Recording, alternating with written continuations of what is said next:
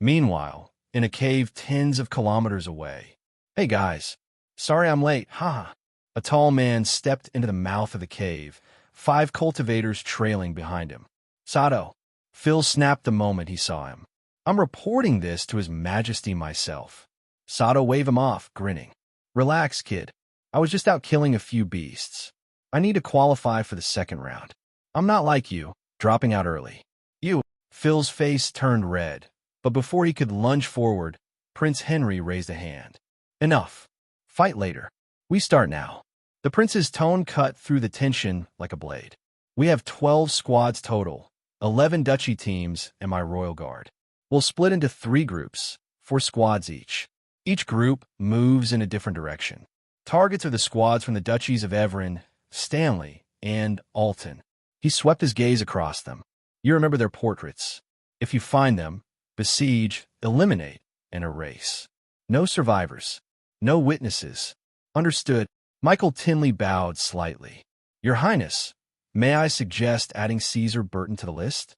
He's part of Alton's squad. Henry smirked. Caesar Burton? Yes, that arrogant little pest. Fine. If you see the Burton team, kill them too. My report says he only brought 2 people, barely worth the effort. He straightened. No more questions. Move out.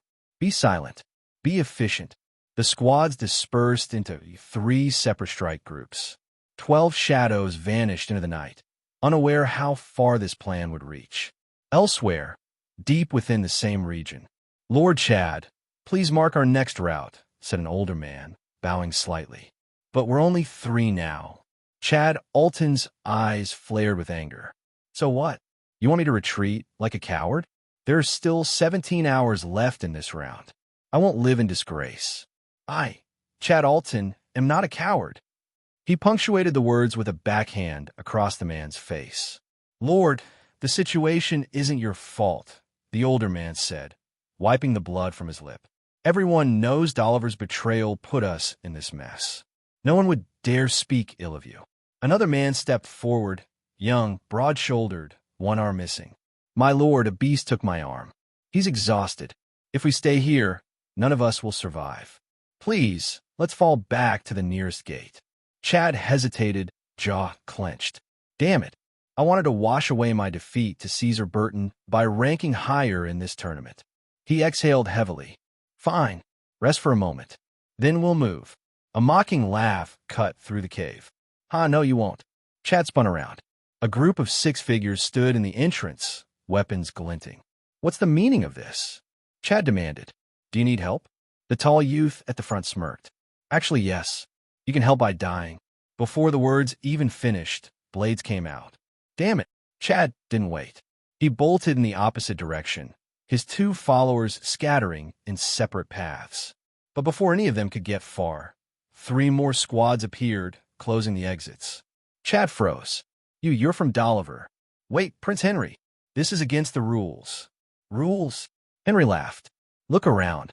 Chad turned, trembling. His men, both headless. Henry's smile widened. A good leader should share their followers' fate. At his signal, the 6 cultivators attacked. Chad fought back, but the difference in strength was overwhelming. Within seconds, it was over. TCH, Henry wiped his blade clean. If I'd known it'd be this easy, I wouldn't have waited for everyone to regroup. 2 squads could have handled it. Caution is wisdom, Your Highness, one of his men said. The remaining soldiers returned, having already burned the corpses. Orders, Your Highness? Henry looked north. We move. Maybe we'll find another target. A chuckle rippled through the ranks. I doubt it. The other groups have probably finished theirs already. Then we'll see who brings home more trophies, Henry said, signaling them forward.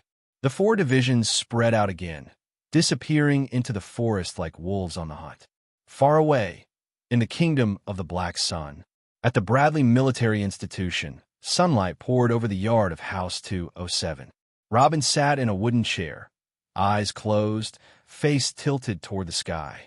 Beside him, Zara, no longer the little girl she once was, knelt in the grass, carefully sketching talismans. Halfway through a circle, she stopped and looked at him. Big brother, you're thinking about Caesar again, aren't you? You know worrying like this isn't good for you. He'll be fine. Robin didn't answer. He rarely admitted it, but his thoughts were with Caesar. That boy wasn't just his disciple. He was his son. Robin had raised him from a helpless infant, fed him beast milk when there was nothing else, changed his clothes, nursed his sicknesses. And when Robin grew older, it was Caesar who cared for him, feeding him, helping him walk, guarding him like a shadow. Since the Eight Kingdoms cycle began, a deep unease had settled in Robin's heart. Maybe it was intuition. Maybe it was the law of truth whispering in the back of his mind. Either way, he couldn't shake it. He'd stopped researching altogether, focusing only on cultivation. In a short time, he'd climbed to the peak of the 8th level. Zara broke the silence. Big brother, maybe you should start studying something new. Something to keep your mind busy. Robin opened one eye. You're right. I finished the perfect win law a while ago. It's time for a new project. That's the reason I'm still alive, after all. He turned toward her, and a faint spark of energy returned to his eyes. You've reached the 6th level already. Tell me, Zara, what major law do you want to study next? Zara tilted her head, smiling. I don't know. You choose for me. Robin laughed softly. Smart girl. That way, you'll get the best. He leaned back, gazing at the sky for a long while lost in thought. Then suddenly, his lips curved into a grin. He looked back at Zara. Hey, how'd you like to grow another arm for your brother? Inside the hunting grounds. Hi-ya!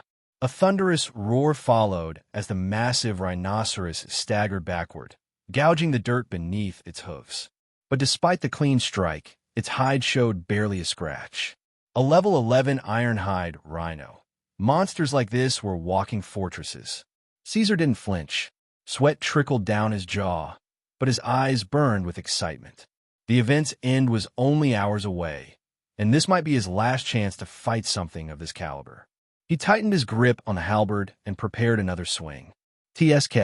Our luck's the worst, a voice drawled from behind him. The first target squad we find, and it turns out to be this little piece of trash. And alone, too.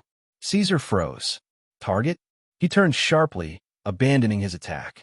Behind him stood 6 figures. A smirking young man at the front, maybe 18, with 5 middle-aged cultivators behind him. Veterans. Untouched. The rhino snorted and retreated into the forest, sensing it had been spared. Caesar faced the newcomers, brows furrowed. Is there a problem? The leader smirked. Yeah, you. But you're not even enough to warm us up. He gestured lazily. Go on, kill him, so we can move. One of the followers stepped forward, sword gleaming. Caesar didn't bother asking questions. Their intent was clear. He released his full aura, an oppressive pressure that made the air vibrate, and met the attacker head-on. The clash shook the trees. Sparks flew as steel ground against steel.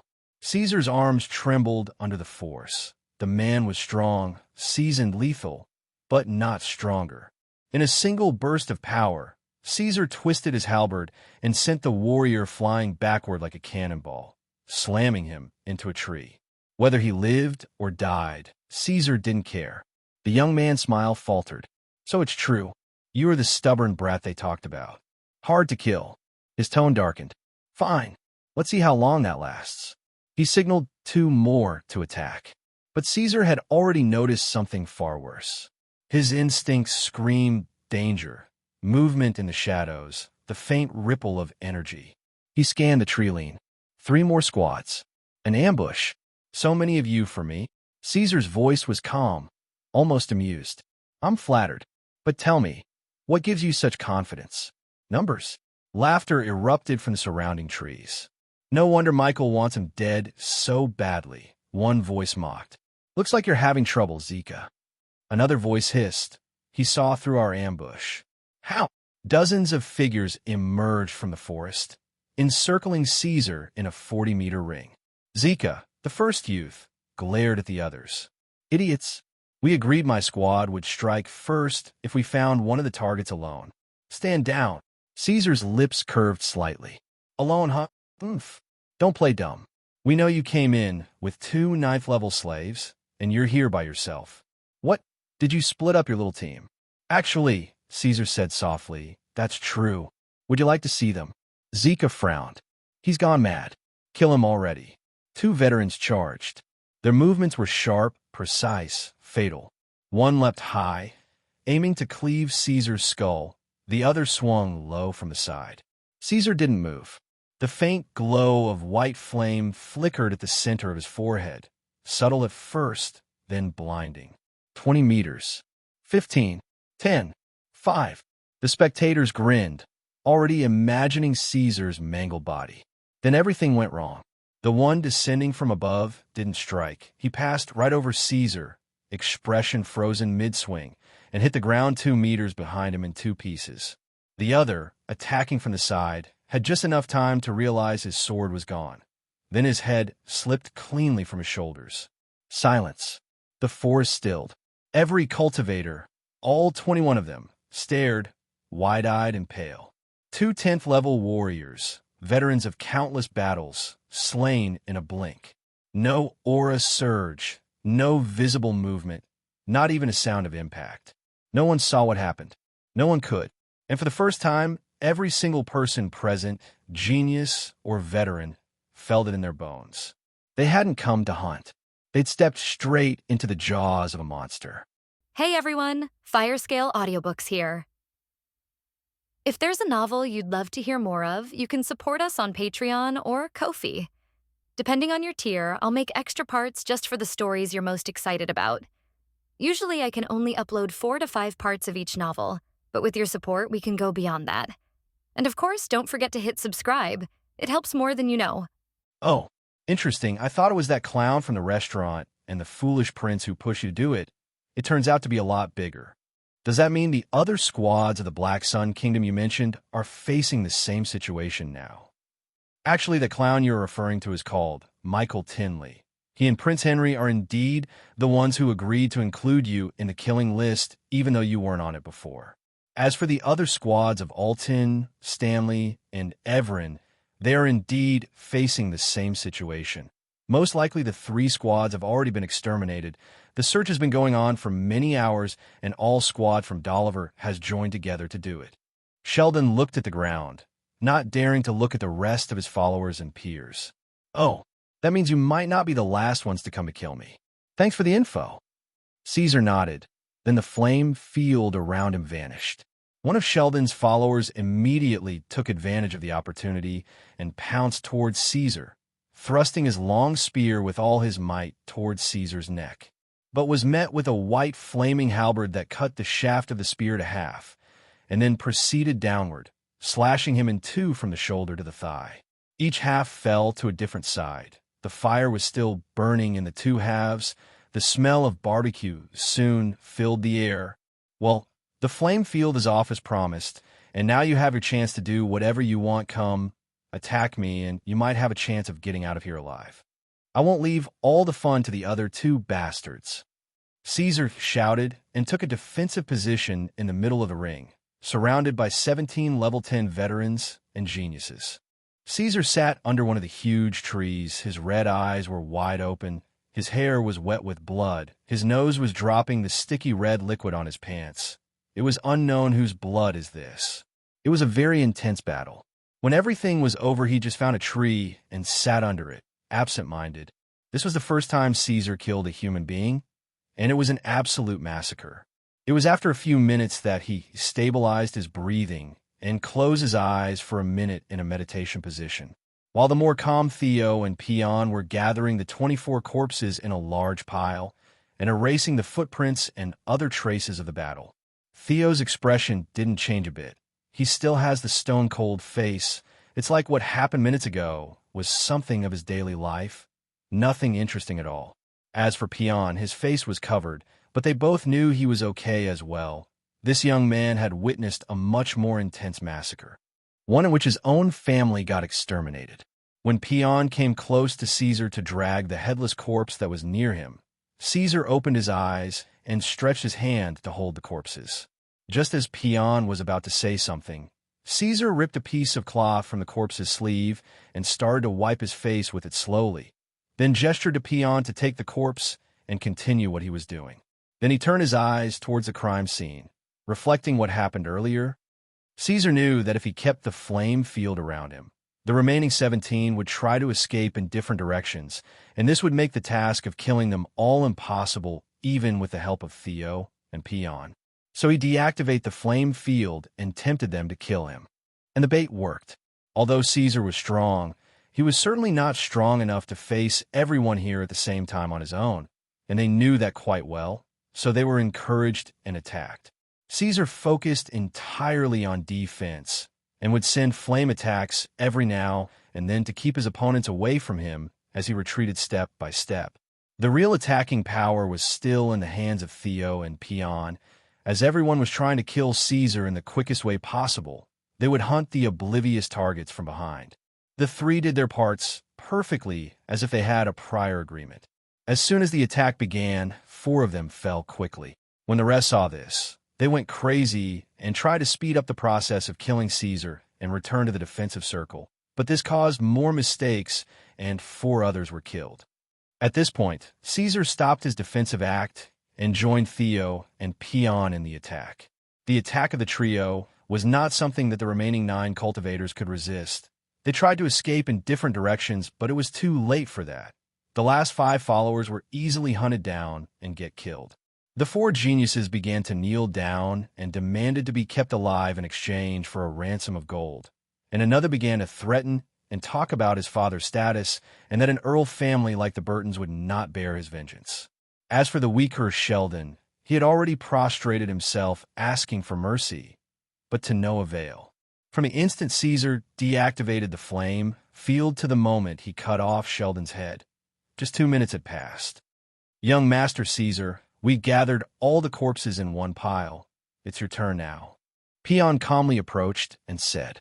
Caesar nodded, then twisted his hand, and a small white ball of flame came out and landed on the pile of corpses, began to eat it silently.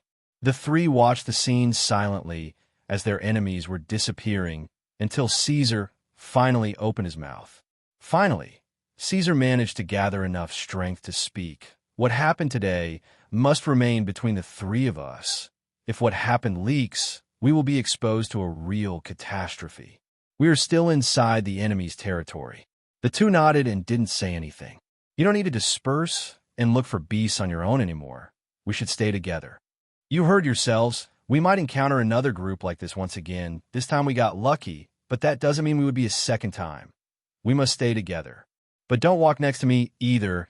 The fear of the unseen is more terrifying than anything. This fear is what helped us this time. If they were thinking straight, they would have been able to escape. So you'd better stay within 30 meters of me and stay in a full concealment condition until the right moment. Yes.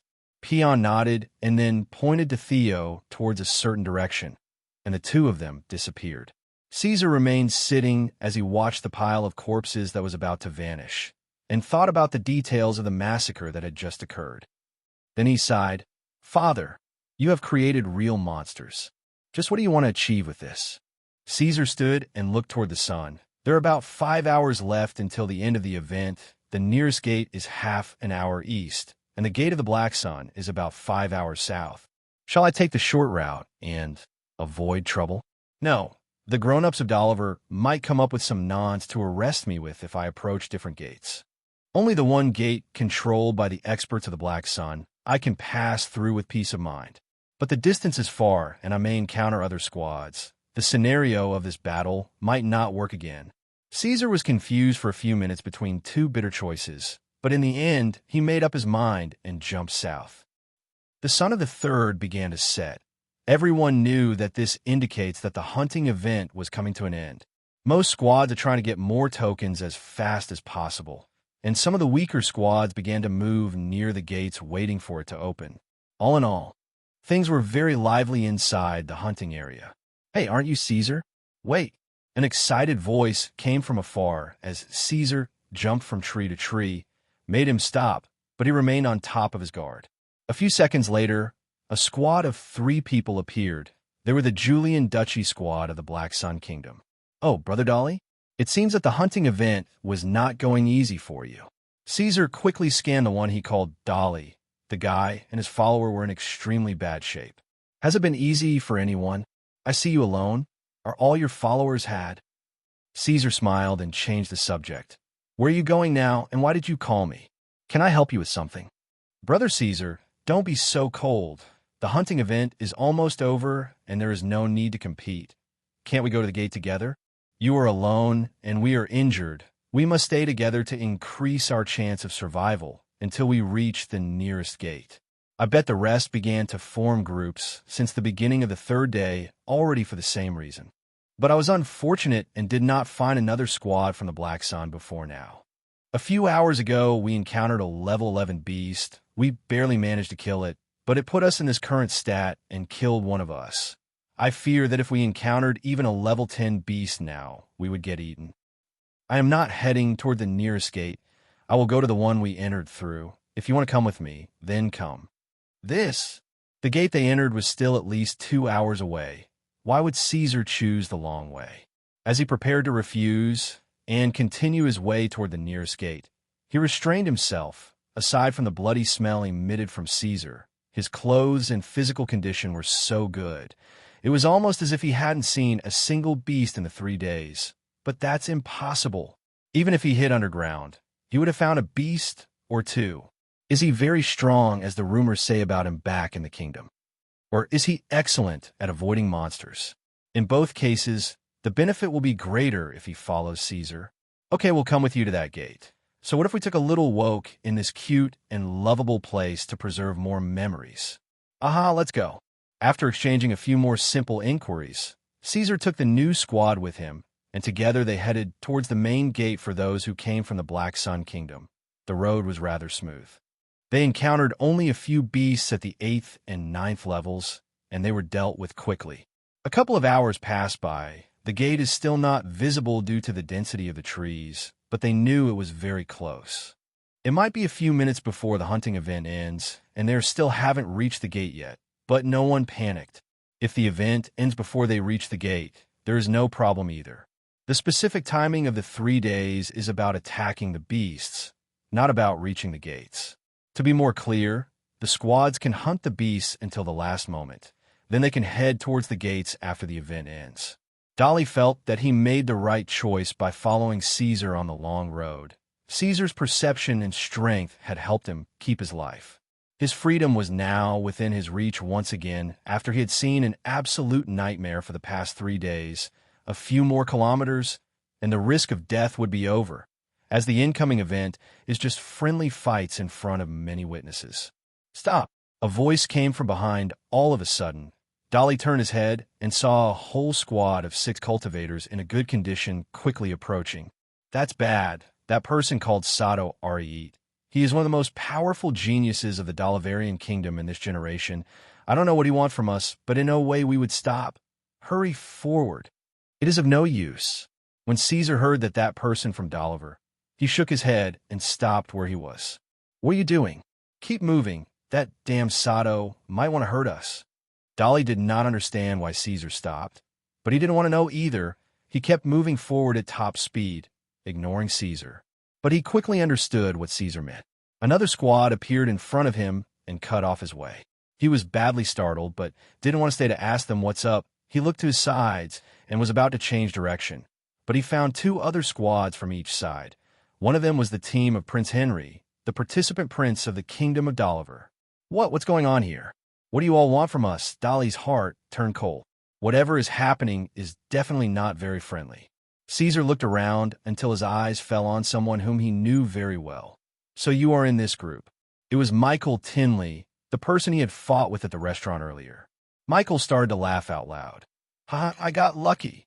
I knew the rest of the idiots might let one of the targets slip away, so I suggested coming over here to set an ambush, and luckily the fish I hate the most is the one that fell into the net. Stay quiet. You, what did you just say? What do you know about the groups? Henry noticed the hidden meaning in Caesar's words and furrowed his eyebrows. Technically, if Caesar saw another group before then, he should be already dead. When you see the group with that cute Sheldon and Zika, ask them yourself. It was an interesting meeting. Caesar giggled. Henry's suspicions are now confirmed. Caesar did indeed meet with one of the 3 groups, but they let him go for some reason. That's dangerous. Why are you wasting your breath on him? Your Highness, let's just get it over with. Sato looked at Henry and said, "But—" Henry looked at Dolly Julian and his two subordinates. Sato shrugged. "So what if an extra team went missing?" "It won't make much of a difference, Your Highness. Look at their shape. They might have died if they met another beast." "You, what the hell are you all talking about?" "I Dolly from the Duchy of Julian of the Kingdom of the Black Sun. Who the hell do you think I am?" Dolly went in a frenzy hearing them talk about him like that, but they just ignored him completely. "Your Highness, Sato is absolutely right. It won't make much of a difference in another clown gone missing. Please give me a chance to wash away my shame with my own hands." Michael approached and bowed a little. "All right, go and kill him, but don't repeat your mistake this time. Take your followers with you this time." Michael's face turned very ugly. He was well aware that he was no match for Caesar alone, but hearing it from another person hurt him the most. "Get ready. Make the process of killing this beast takes as long as possible. For every cry he emits, I'll give you gold." Michael gestured to his followers and began to advance towards Caesar. The six of them began to draw their weapons and take a formation of the shape of a crescent as they approached Caesar. "You know, son of Burton, I would be very sad if we came out of the woods and found you still alive." "Haha, you know, I swear I was going to say the same words." Caesar grabbed his stomach and laughed out loud. "Huh." Michael paused in amazement, but quickly became enraged. "You dare make fun of me?" Michael leaped into the air with his sword to pounce on Caesar, while the rest of his followers simultaneously attacked from below from several directions. Caesar smiled and his eyes started shining white. In an instant, the area around him began to turn into a huge white flame about 7 meters in every direction. Michael, who was still in the air, realized the danger, but unfortunately it was too late. He entered the flame field. From a moment he entered the flame field from the air to the point of reaching the ground. Less than a second passed, but he let out a shriek that made the hearts of those present tremble, then hit the ground with his foot and quickly exited the flame field. But he did not come out as he entered. What came out was a humanoid piece of coal writhing in pain. Arg. The fire burned him horribly even though he touched it for less than 2 seconds in total. The rest of Michael's followers stopped their attack and retreated after seeing the consequences of entering this strange fiery field and went to check on their master. But even this did not go as they wanted. Caesar jumped from the center of the flame field to quickly reach between 2 of the 5 followers. He hit one of them with his halberd and was cut in half, and the second was a little farther away, but the flame field that moved with Caesar overwhelmed him and was immediately caught on fire. "What are you doing? Stop!" Prince Henry and those with him finally woke up from their daze and began to advance towards Caesar, who in turn stood in a defensive position and activated the flame field with all his might. The 3 teams surrounded him from every angle, tried to find a loophole to attack him through, but to no avail. "I want to see how long you can activate these strange flames, Mr. Level 9. Sato yelled loudly. What just happened was an insult he couldn't stand. "Where have you heard those words before?" "Ha ha ha." This sentence from Caesar was not immediately understood by anyone, but when matched with the fact that he encountered another group earlier, it becomes terrifying. Caesar was afraid. His energy is withering away, and the 3 squads are too strong for him to handle. So his only way out, the one he is betting everything on, was the psychological factor. Maybe if he scared them a little, they would run away and leave him alone. "No, it's impossible. You're lying." Henry yelled at him, and then, without taking his eyes off Caesar, asked, "Michael, are you okay? Can you get up?" But he found no response. "Haha, lying about what? Do not put words in my mouth. I didn't say anything. Go check on your little friend and his men." Caesar laughed out loud. For the first time, the members of the 3 squads began to move their gazes towards the place where Michael Tinley had fallen, but what they found made the hairs on their bodies twitch, and some of them took a step back. For bloody heads are neatly put next to each other in an orderly fashion. Just heads. There is no trace of the rest of their bodies. It was the heads of Michael Tinley and his 3 remaining followers. The 4 heads' appearance was terrifying, to say the least. The area completely froze. Everything came to halt for a second. There are those who look in astonishment, trying to think of what had just happened, and those who showed signs of fear, and some of them did not even comprehend what is happening yet. Their minds went blank at the sight. What is this? Prince Henry was the first to react, and this reaction was that he took 2 steps back. Michael Tinley wasn't really a close friend of his, but he was still one he knew well and spent a lot of time with him. Seeing him like that, Caesar did not answer him, but rather focused on scanning the remaining enemies with his eye one last time, before furrowing his eyebrows. This group was indeed far more powerful than the one he had annihilated earlier, especially the 5 followers of the prince. Any one of them can fight against someone at level 11 for a long time. They're elites among the elites. Also, this time he is already exhausted. After fighting the previous group, in addition to traveling quickly for 5 consecutive hours while fighting beasts, made his energy is on the verge of depleting. If he wanted to use the same trick again to take all of them down, he would most likely fail. The best possible scenario is that he wins, but 2 or 3 of them would escape, although they are the ones who attacked him first. And although Caesar is used to behaving as he pleases, he knew very well that leaving witnesses to a massacre among the sons of dukes, especially a prince, was not a good idea at all. You, what have you done, you bastard? Do you have helpers in hiding here? Speak. Prince Henry is losing his temper. Maybe there are. Maybe not. Would you like to keep attacking me and see for yourself? Listen, I don't want to get involved in the murder of a prince from Dolliver while I'm still on your lands.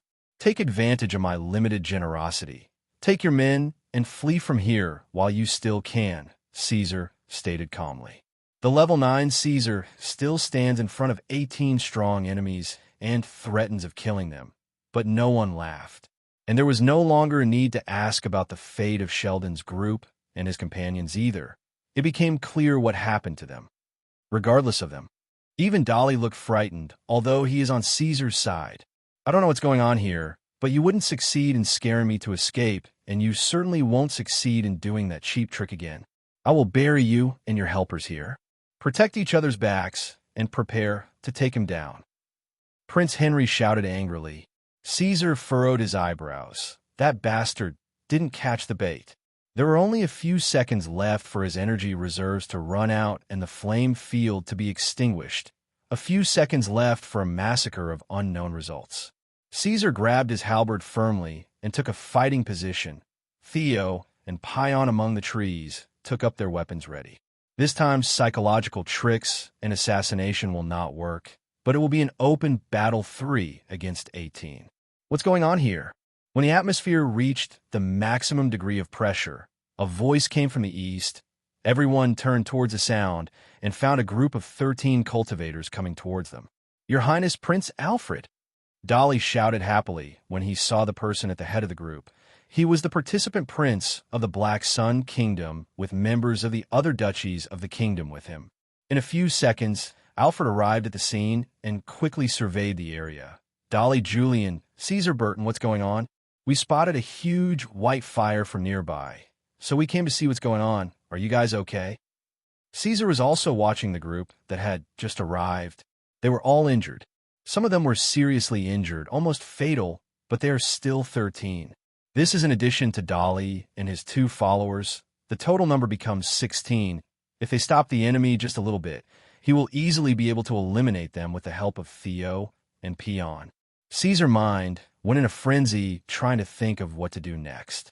He had already hinted many times that he killed the other group, so if they walked away and found that they really died, he would surely be the primary suspect. But he never truly said he killed them. Even as a primary suspect, they wouldn't directly punish a guest they invited without evidence to show the world. And of course, every evidence about the massacre had already become ashes. Forget about the massacre. They had no evidence linking him with even the death of Michael Tinley himself, even though it had happened under their noses. So letting them go would mostly put him in an awkward situation. But if he chose to kill a prince here, especially in front of all those colleagues from the Black Sun, that wouldn't be smart. Thus, he finally made up his mind. At that moment, the flame field was deactivated and Caesar stepped out under everyone's gaze. Haha, you came on time. Your Highness Alfred, In fact, there was a grudge between me and Michael Tinley, and we were about to sort it out, but he died mysteriously for some other factors. I think a strong beast attacked him when we weren't looking. It is very unfortunate, but other than that, there's no other problem here. Don't you agree with me, Prince Henry? Henry was startled when he heard this. Caesar was clearly giving him a chance to retreat. He is also well aware of what the coming of this support means.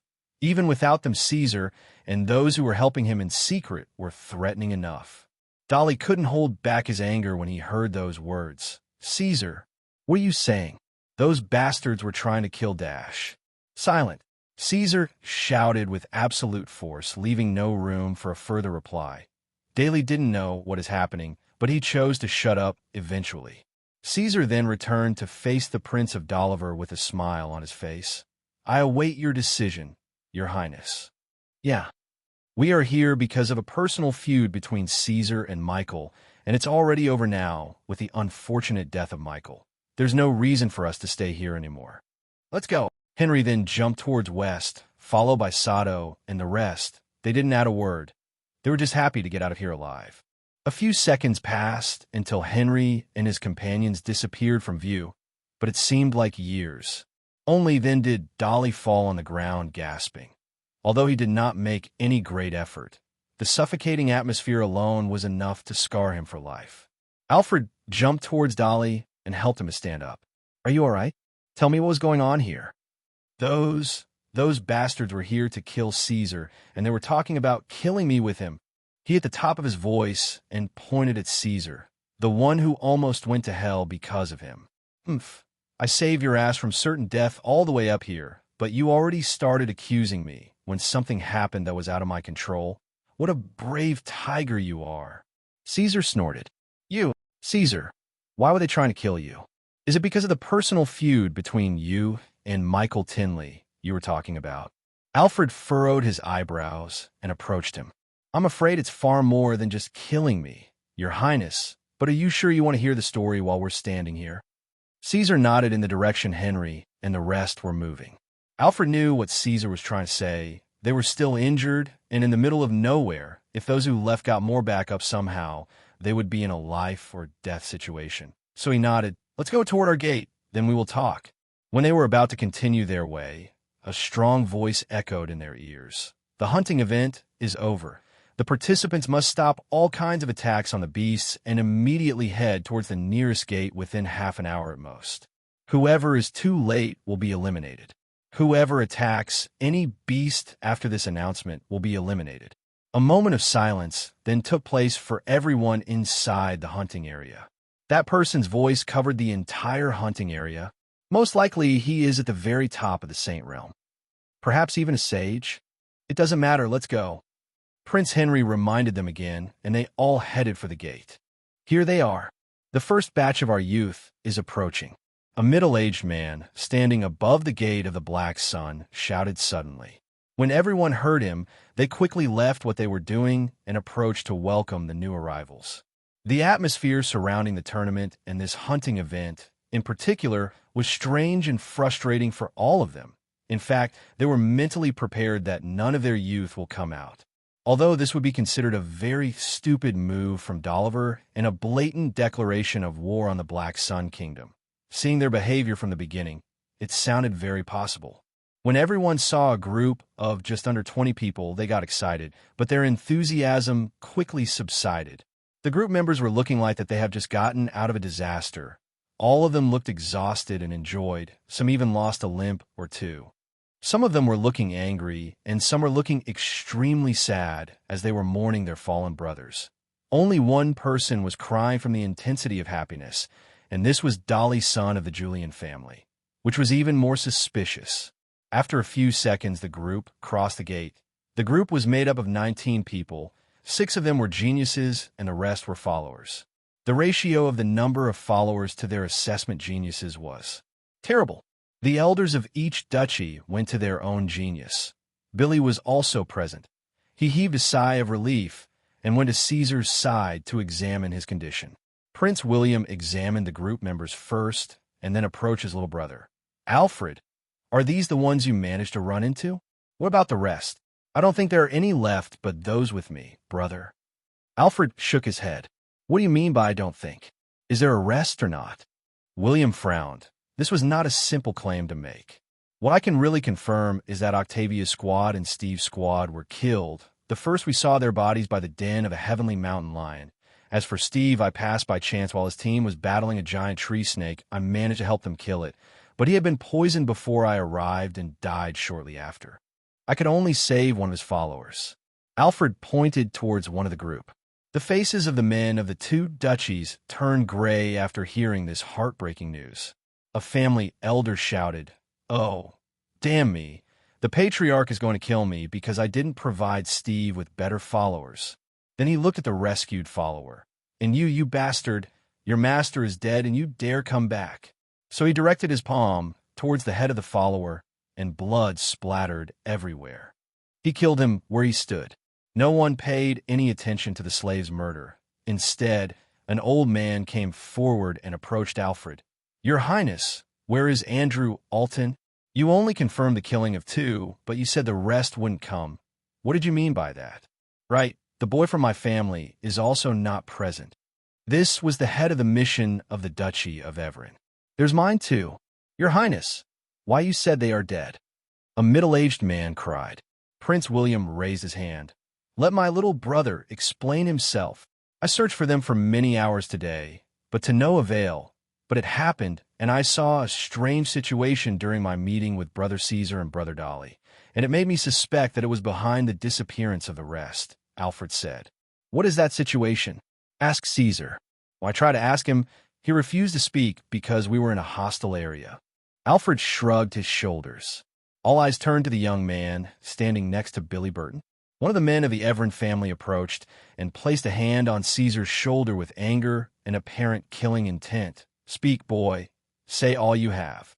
Caesar did not say a word. He just rolled his eyes towards the gatekeepers who were still standing looking at them, smiling.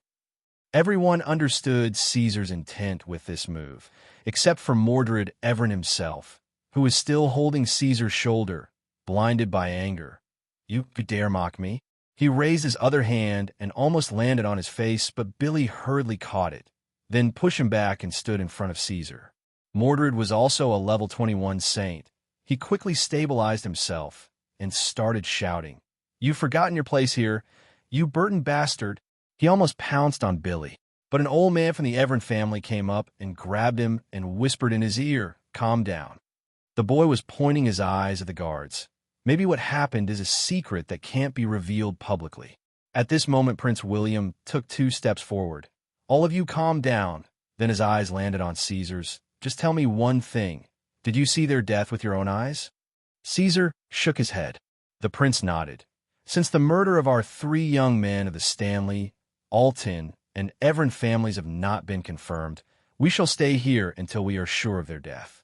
After that, we will continue any other talk at the residence of the royal family. For now, let every genius send one of his followers to deliver the tokens he has collected to the gatekeepers to check them for the final results." They all heard and obeyed the arrangements of Prince William Marley and went back to wait, not only because he was one of the oldest princes and strongly nominated for the next king's position, but also because he is the most powerful saint here. Mordred Everin humphed and retreated with the rest of his family as well, while the members of the Burton family present gathered around Caesar, as if they were a chicken trying to protect their egg. Caesar gestured at Peon, who was standing next to him, so he moved the full leather bag he had been carrying all along on his back and took it to the gate guards. No one paid any attention to the size of the bag. The roll said that the tokens can be anything from the bodies of the dead beasts.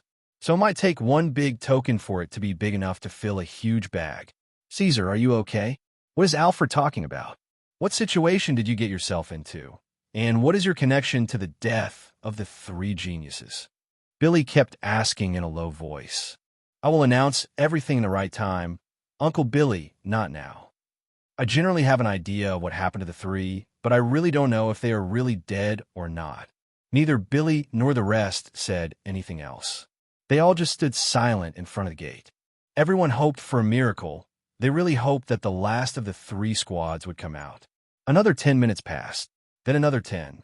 The time limit had passed for the squads to leave the forest, but they hadn't come out yet. They waited another hour on the pretext that they might be injured and were late in coming, and send knights to the other gates to see if they got out from there, but nothing happened. All the saints and knights above the 15th level of the kingdom set out on a search mission. Within 1 hour, they had searched the entire hunting area, but there was no trace of them. The miracle did not happen. The teams of the duchies of Alton, Stanley, and Everin are all gone. Those who were checking the other gates and those who were searching the hunting area returned. Everyone gathered again in front of the Black Sun Gate. The air got very intense. The men and women from the 3 duchies were fixing their gazes on Caesar. It was sparkling with killing intent. For whatever happened to their young relatives is somehow connected to this Caesar. Caesar started to feel suffocated and all that pressure. Billy quickly stepped in front of him to take it on for him. He was ready to fight it out with everyone here if they made a move against Caesar. But a shout came up to calm the situation. It was Prince William. Step back. We will continue our talk at the residence of the royal family. Let all the saints and all the geniuses who participated in the event come with me. As for the rest, please return to their residences. But even in shouting, it was with clearly a heavy voice. The death of 5 kingdom-level geniuses at once was a massive loss. Residents of the royal family of the Black Sun. Inside a small room, 17 saints and 6 young geniuses gathered. Prince William is sitting on the main seat, looking at Caesar, who is standing in front of him. The surroundings are safe now. You have no other excuse. Speak. The pressure in the room was immense and was mostly directed towards Caesar, coming especially from the saints of the 3 families, Stanley, Everin, and even the Altons. Billy approached and patted Caesar on the shoulder and nodded with a smile to reassure him. Speak up and don't worry, nothing will happen to you today, no matter what you say. Otherwise, how am I going to raise my head in front of Robin again? Ha! A saint from the Everin side interfered. Humph! I wouldn't be so sure about that. Exactly. And don't try to fool us, boy. You better say the truth, or I will personally have your head if you turn out to be a spy. Caesar ignored them and returned the smile and nodded at Billy, then went back to face the crowd. Gentlemen, very briefly, all of Dolliver's squads have united to search for and annihilate the squads of the duchies. Stanley, Everin, Alton. What? Do you realize what you're saying? Have you gone crazy, boy? Reactions varied. The saints of the 3 families started standing one after the other, crying out at Caesar. The rest furrowed their eyebrows. Even Billy widened his eyes, not believing what he was hearing. He quickly asked Caesar, "Why do you say something like that? Did you see their killing with your own eyes?" "No." He shook his head. "Did you gather us here to draw conclusions, you damned brat?" A saint from the Duchy of Stanley nearly slapped Caesar, but Billy stood before him at the right moment to block him. An old-looking man spoke calmly. "Boy, do you know the consequences of what you said? If you are right, then a war might erupt between the 2 kingdoms. This is not a joke." "Everyone calm down," Prince William yelled. "If any of you try to stir up chaos again, I will have to remove him from this assembly." The saint who wanted to slap Caesar humphed and returned to his seat. Billy also came back to Caesar's side and patted him on the shoulder. "Don't be afraid. I'm here with you. No one will harm you. Keep talking, but with more details this time." Caesar nodded and continued. The squads of the Kingdom of Dolliver got united inside the hunting area and divided themselves into 3 groups, each group containing 4 squads. They set out on the last day of the event to target and kill those from the 3 duchies I mentioned before. "And how did you know that?" William asked. "Your Highness, the humble me, is also a person from the Duchy of Alton." You mean you were targeted?" Billy suddenly came to a realization and asked. "Yeah, twice, actually." Caesar nodded affirmably. The room turned into complete silence. Then they started shaking their heads. "This is a waste of everyone's time. The 9th level kid just said that 8 squads wanted to kill him, but he is somehow still alive. They have now confirmed that Caesar was lying to take advantage of the situation and assign himself as a hero. What a heroic young man you got there. Billy, I will see for how long would you be able to protect him," a saint said sarcastically. In fact, even Billy didn't believe this. He got busy trying to figure a way for slipping Caesar out of here. William frowned and looked at his younger brother. "Alfred, Why did you tell us to ask Caesar what happened to the 3 squads? Did he tell you he knew what happened? No, big brother. On our way back, I found him and Dolly Julian up against a large group of Dolivarian squads, including Prince Henry Dolev himself. And I found 2 dead bodies and a few severed heads at the scene, but I don't know who they belong to. What? All eyes were now on Dolly, the sin of the Julian family staring at him. Why are you still standing like an idiot? Say what happened. I'll say. But I don't know what to say. Well, I met Brother Caesar Burton on my way back to the gate and decided to travel with him. But as we approached the Black Sun assigned gate, these guys appeared, a big group of 4 squads, and they talked about something like they were glad to see Caesar and that the ambush had succeeded. Caesar also talked about meeting another group before them.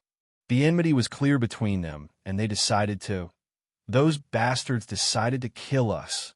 This was very clear. One was even speaking about me, saying that there would be no problem if another squad disappeared. The saint of the Julian family broke the armrest of his seat. Those bastards.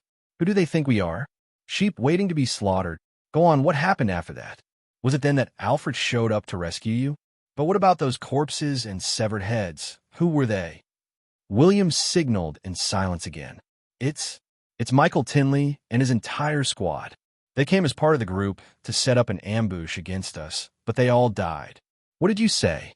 The hair on the prince's body rose up, and quickly he also stood up from his seat. This was the first time he had shown such a strong reaction since this assembly began. It is possible to imagine the reactions of the rest. Then he continued asking, how did they die? Caesar killed them. What nonsense is this? You fought and even killed an entire squad? Didn't you say they're a group of 4 squads?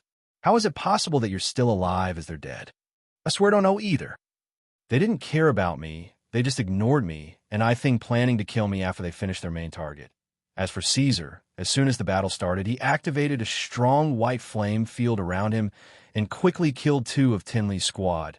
The 3 other squads joined the fray at this point, but none of them could break through the flame field. As they were busy how to break through that strong flame field, Michael and his team disappeared, and what appeared again was only their heads, placed neatly on a F** King Rock. I swear what I'm saying is the truth. Even they didn't know what had happened.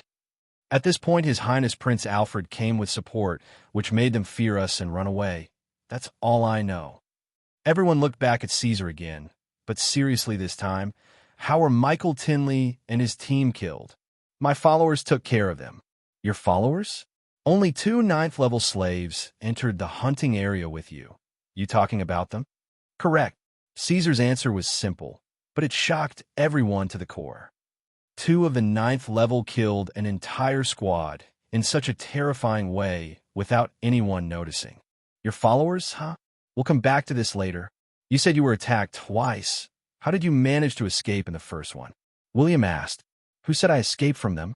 Caesar chuckled, but the response was enough to make the imaginations of those present go wild. Speak clearly. Prince William frowned even more deeply and took a few steps towards him. Yes, a group of 4 squads attacked me in the middle of the 3rd day. One that was calling Zika, and the other said his name was Sheldon, or something like that. I don't remember the rest. Generally, they are all dead now. Dead? All of them? How did they die? What else? I killed them all, of course, but I wasn't alone, to be fair. My followers helped me. Are you saying you and your followers, 3 at the 9th level, killed 24 veterans and geniuses at the 10th level with no one escaping? That's exactly what happened. Caesar nodded proudly. The high pressure and frightening silence returned to the room. But this time not to doubt Caesar, but because huge news like this cannot be faked. Perhaps the way they were killed can be hidden or lied about, but a fact like there are 5 squads from Dolliver, including Michael Tilney's squad, that dead inside the hunting area, is a fact that cannot be twisted by any means. 5. The kingdom of Dolliver lost the same number of geniuses that they lost, and they even lost 2 to beasts, but all the Dollivarians' deaths were on the hands of one of their own, Caesar. If what you say is true, then it seems that we took our revenge, and some more in the same event, ha ha ha. It seems that the heavens have blessed your family, Billy, said one of the elders in the assembly, then went back to look at Caesar. And who exactly are your 2 followers, young man? Are they really just followers, or some kind of special veterans, or... No need to keep guessing, sir. They're my FA-Big Brother slaves. Slaves? Just slaves? Everyone here was very surprised, especially the saint from the Duchy of Alton, whose eyes sparkled for a second. Prince William took a few steps and put his hand on Caesar's shoulder. Sell one of them to me.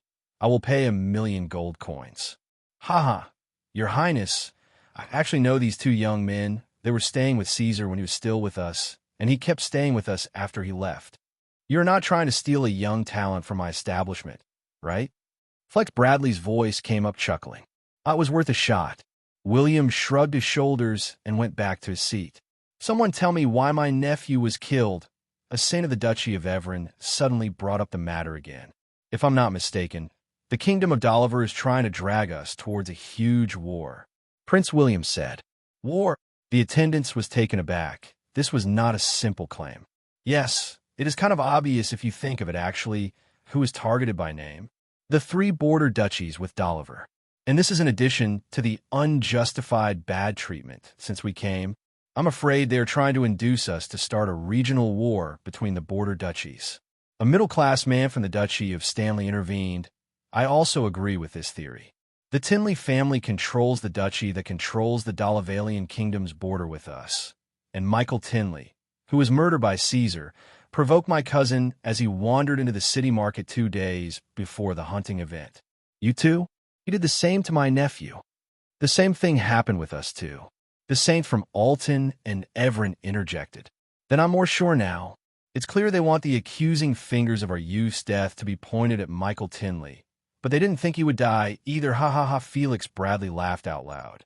Felix did not try to take into account the feelings of the relatives of the deceased. All those present were saints who lived for hundreds of years and did not care about the life or death of who are in their eyes still infant geniuses. They are agitated only because of their deep in bones arrogance and the feeling that their families are being underestimated. Can't they just attack us if they want to? Why all the trouble? Caesar could not restrain his curiosity and asked. Felix giggled. You are still politically ignorant. In ancient times our world was divided into hundreds of small warring nations and tribes. After thousands of years of grinding wars, those nations swallowed each other little by little until the present 8 kingdoms and the 4 empires were formed.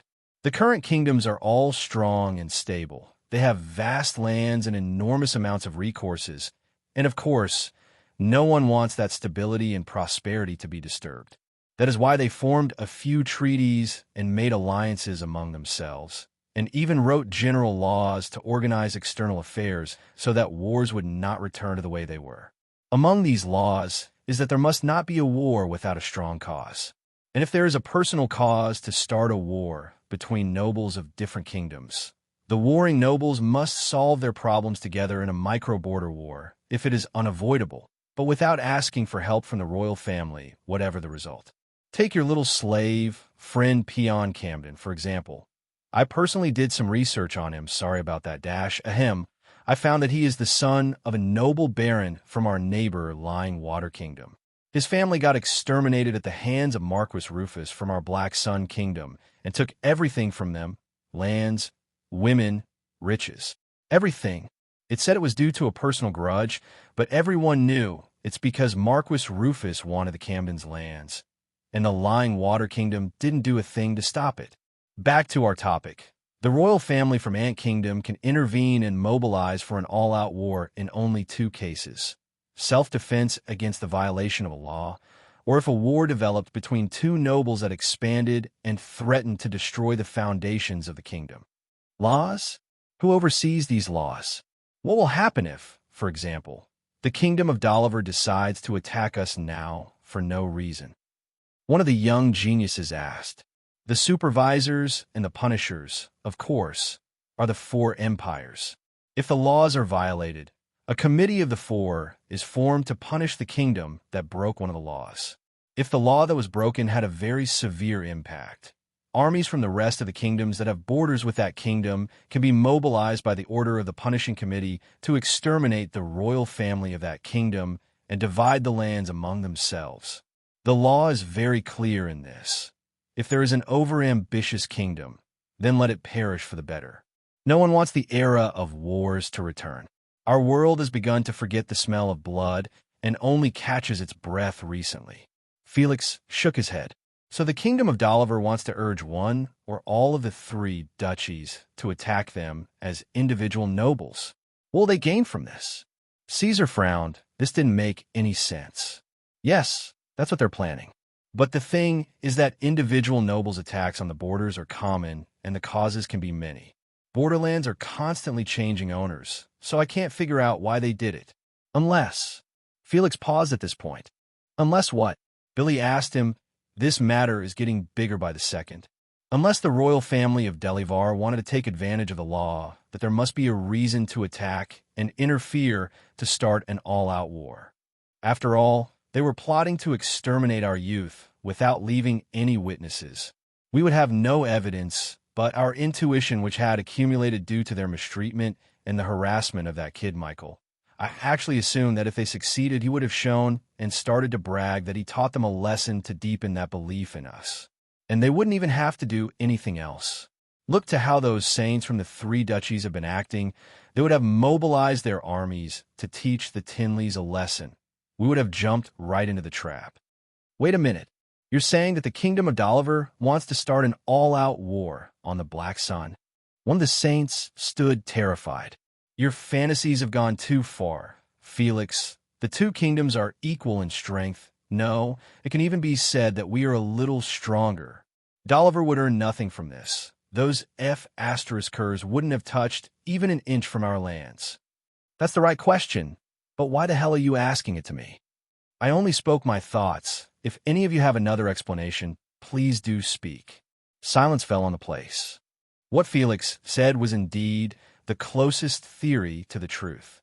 The scenario is to arrange the attack of the Black Sun Dukes on them, as it always happens in border wars. But this time they publish in front of the world that it is an unjustified usurper attack because there is no evidence of the cause of the war. Then the royal family of Doliver uses this law-breaking chance to intervene with all its forces and begins a new royal war. In this way, the kingdom of Doliver will avoid the danger from the rest of the kingdoms and empires by bypassing the law. In fact, the plan is rather simple, but its consequences are to be feared. What gives the officials of the kingdom of Delivar the courage to think of starting a war on this scale after a state of world peace that has lasted for more than 2 millennia? Even though they can evade the trap now as they knew of it, the fact that the Dolivarians are thinking about the possibility of a war on this scale is an immense danger alert. We are talking here about a possible war between two superpowers that have magnified their armies and honed their strength for 2,000 years in front of the overwhelming force of such power. The victims will be estimated in the hundreds of millions. After a few seconds of silence, Prince William finally spoke. If it wasn't for Caesar, our kingdom would have fallen into a dark abyss. Yes, had it not been for the fact that we now know that all the Dolivarian squads had gathered into groups and that they worked together to kill our kids, at least one of us would surely have fallen into the trap of trying to vent his anger on the Duchy of Tinley. It seems we should all thank Caesar for his efforts, said Felix with a proud smile on his face. Haha, whoever sees you like this thinks you are from his family or that you trained him, Felix, but you are right. I will talk to my father when we get back about what happened, and I will make sure that Caesar is properly rewarded. Prince William nodded. So, the real question now is, what do we do now that we know? Should we withdraw? Or continue the tournament as if nothing had happened? Everyone fell silent for a while. This really wasn't an easy decision. If we stay here, Caesar will undoubtedly take first place. Winning in their own home after all what they made us go through makes me excited. Billy laughed out loud, and everyone nodded. Caesar's individual strength was apparent to everyone after what happened. Doliver lost 5 squads, just like us, and they have witnesses to Michael Tinley's murder. I'm afraid they might make trouble for Caesar. William raised his hand to ask the saints to be quiet, but if we had not taken a risk and entered the hunting event, we would not have known what the kingdom of Doliver intends. So I say we keep a blind eye and continue the tournament. Perhaps we know what gives their officials the courage to the point of thinking of an all-out war against us. I am with you at this, Prince William. Me too. The voices started to rise in succession until everyone agreed to attend. But at this moment, knock knock. What's going on? William raised his eyebrow. No one was supposed to disturb them in such an important meeting. A middle-aged person walked in and bowed. My lord, Mr. Robbins' follower, the one called Peon, has been arrested at the official ranking stage. What did you say? Everyone seated stood up. This was not an ordinary follower, but one of the 3 geniuses who contributed to the deaths of 30 core cultivators for Dolliver. That guy not only is an absolute genius, he is a hero. Caesar bowed slightly towards Prince William and spoke in a hurry. Excuse me, your highness, I have to go see what's going on. I'll come with you myself. In an open area in front of the main gate of the hunting event, one follower from each squad was led here to hand over the tokens his squad had collected from the beasts they had killed. The board of sorting and determining the final ranking are 10 saints. 1 saint from each kingdom plus 3 saints from the Kingdom of Dolliver, since they are the sponsors of this year's event. In front of the board's table, there are a little less than 70 cultivators. They are the representatives of the squads, and their number means that about 20 teams were annihilated inside. But that could be understood. The hunting event is always bloody. The strange thing was that there was one person tied to a pole in the middle of the wide area, his chest slightly hollowed in and blood dripping from his mouth. It was Peon. The mask on his face was torn apart, showing his ripped, ugly face to everyone. Around him stands 2 saints from the Kingdom of Dolliver and a few high-level knights. And facing them was a saint that his eyes were filled with shame and anger. He is the appointed saint from the Kingdom of the Black Sun and the ranking board. He didn't know who Peon actually is or what is his abilities. He just knew that what is happening now was a direct slap on his face. You are going too far. Still sitting at the board's table, a saint spoke. This thief should be punished for cheating. He was the strongest of the 3 Dollivarian saints here. A thief? And what exactly did he steal? A voice came from afar that made everyone look in its direction. After a moment, about 20 shadows arrived. With a quick look, it turned out that most of them were saints. William, the face of a seated saint, frowned and rose to his feet. You call me your highness, Prince William. The prince shouted, and with a look, he determined the location and condition of Peon, and his face fiddled even more. Untie him. A few saints from the Black Sun moved from behind the prince and headed towards Peon directly. The Dollivarian saint hit the table in anger when he saw this. Willie, your highness, Prince William, what are you doing? Did you forget where you are? William turned to face that saint again with a look of disgust. I know exactly where I am, in a kingdom that doesn't know how to treat its guests. What did Peon do to deserve this? That brat came up with tokens from 36 different beasts, including one at the 12th level. Is it logical that a squad of 3 and all of them at the 9th level can make such a harvest? Especially with that one-handed, ugly bastard. The saint shouted and pointed towards Peon, trying to overturn the opinion of the saints from the rest of the kingdoms to his side. 36 tokens, including 1 level 12. This quantity blew the minds of the saints and the geniuses of the Black Sun Kingdom. If it was before then, they too would question Caesar and would even punish him for trashing their kingdom's reputation. But now that they know his and his followers' strength, they all unconsciously took another glimpse at Caesar and Peon. That's right, Prince William. This doesn't make any sense. The first in ranking so far has collected 19 tokens. A saint from another kingdom spoke this time. And what do you suggest then? Do you say that Caesar and his followers stole tokens from the rest of the squads? Then I will accept the sincerity of those present. Fellow saints, do you have reports that there was a theft of your squads? Billy shouted and pointed at the saints of the rest of the kingdoms at the board table. I have a report that that brat stole from one of my Dollivarian Kingdom squads. So, it's a single accusation? I say he didn't do it. My word before yours. Let me see who will establish his will today. I said untie him. Clear whoever stands in your way. Prince William's aura began to emerge. The aura of a saint at level 30 was nothing easy for anyone. You're doing this for what? He's just a handicapped slave, for God's sake. The two saints of Dolivar wanted to resist, but to no avail. There was no one here who could resist Prince William Ora, regardless of his great team of saints. No one expected that a mere slave would bring all of these saints to defend him. William, I hope you know what you're doing. The investigations into the murders of the Dolivar Kingdom squads inside are not over yet. If you have anything to do with it, we'll take revenge for what happened today. The young Prince Alfred took 2 steps forward. Do you mean the murder of Michael Tinley? Caesar did not touch him. He did not move a single step towards him when he died. There were many eyes fixed on Caesar when Michael and his followers were killed, and they all saw us coming from afar after that. I challenge them to come and swear by the heavens that our kingdom's squads have anything to do with this.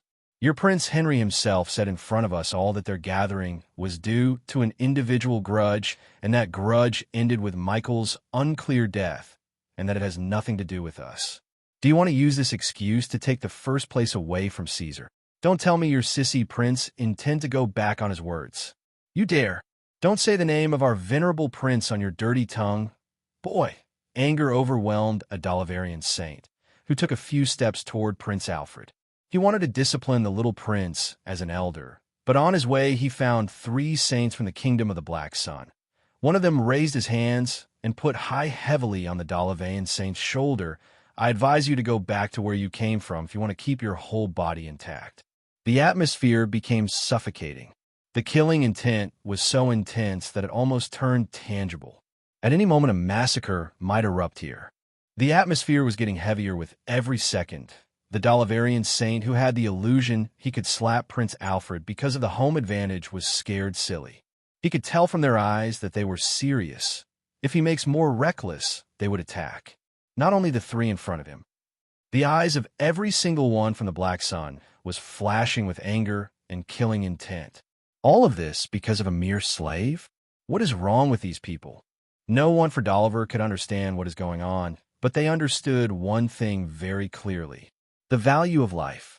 So the saint who was going for Prince Alfred took a few steps back, and the other one who was close to Peon retreated far away with a jump. Under everyone's eyes, 2 saints from the kingdom of the Black Sun stepped forward and untied Peon. Then Caesar came with Theo quickly as well and supported Peon before he fell due to his injuries and excessive exhaustion. Prince William stared at the 3 young men, these heroes who had warned the kingdom of a colossal trap. But his face soon twisted when he saw the condition of Peon after he got untied, and turned back to look at the head of the saints of the kingdom of Dolivar. Pray to the heavens that these injuries wouldn't affect his future cultivation or leave any kind of disability, or else I will consider what to happen him as a personal grudge against. I, William Marley. You, don't try to manipulate and change right and evil. These 3 are criminals. The number of tokens with him is enough as evidence. This time Caesar looked at him and shouted, "Go ask your prince whether I, Caesar, am strong enough to collect these tokens myself or not. Or tell you what, no need for that. Give me whatever rank you want. I'll meet you, Prince, at the arena in the next event and show everyone how strong I am and that all that has been collected I have gathered with my own effort." Who said you'd qualify for the next round? You stole the tokens, and by the law, you and your squad should be thrown in jail. One of the saints of Dolivar pointed at Caesar and yelled. The saints and followers of the rest of the kingdoms did not say a word, but were silent and remained standing on the side watching this amusing play. Enough. Hear me out. Whatever your name is, we can condone some trophies being discounted from Caesar's team as long as he's in the final event. But if there's no hard evidence that these tokens were stolen, don't you dare take him out of the competition, understand? A terrible oppressive force emerged from Prince William that overwhelmed everyone present. Then he turned around. Let's go.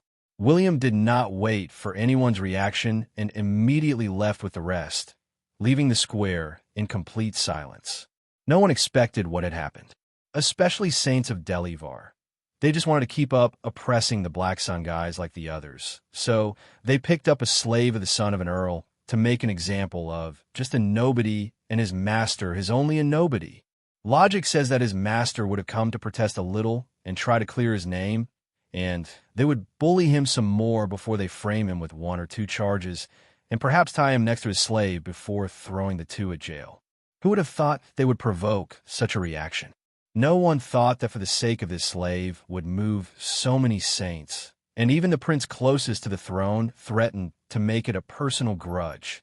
"Someone tell His Highness of what happened here," the leading saint of Delivar shouted, then took a deep breath and fought to bring back a smile on his face, then declared, "Let's continue the sorting and ranking process, gentlemen. Equals equals equals equals equals equals equals equals equals equals equals equals equals." Meanwhile, inside a closed hall in the royal palace of the Dolev family, a large number of saints and senior politicians of the kingdom are gathered, and in the center of the hall stands the geniuses participating in the hunting event from the kingdom of Doliver, especially Prince Henry, standing right in the middle, talking incessantly about his experience at the hunting event. After a while, "That's all." "What do you mean by that's all, Your Highness? You haven't said a reason yet for letting my son die while he was in your care." An angry voice came from someone whose face had a very ugly smile. He was Duke Titus Tinley, the patriarch of the Tinley family. He personally came to the capital because the burden of launching the next war would heavily fall on his shoulder, as he controlled the border with the Black Sun. This kind of high-level planning can only be done face-to-face, but everything is turned upside down. His beloved son is dead. He died a horrific death by burning alive and then beheading. 3 whole other squads were just a few steps away from him, and yet no one saw what happened to him. "I'm really sorry, Uncle Tinley. We really didn't see him. We were completely occupied with the powerful white flame field that Caesar produced around himself, while whoever killed Michael and his team did it with dreadful silence and speed." Henry lowered his head, followed by the captains of the other 2 squads. Who did this must have been the rest of the so-called geniuses of the Black Sun Kingdom. "They worked together to kill my beloved son," Titus shouted violently.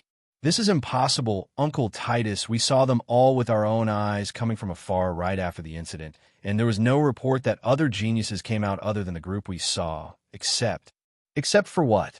Duke Titus frowned.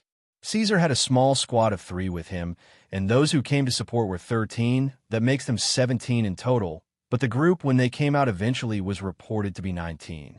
Other than the 17, we can confirm that they didn't do it. There are the 2 followers of Caesar who joined them later, and I think they were the ones who killed Brother Tinley and his squad." "You're saying that my son was killed by 2 slaves?" Titus Tinley stood up, signs of anger clearly visible on him. "Please sit down, Titus.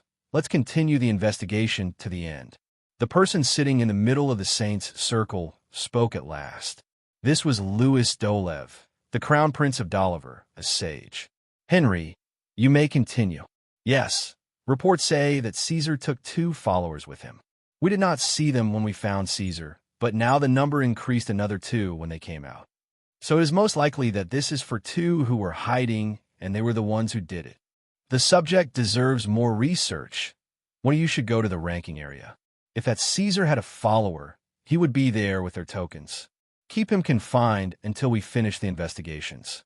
Louis pointed to a few low-ranking saints standing on the side. But at that moment, knock knock.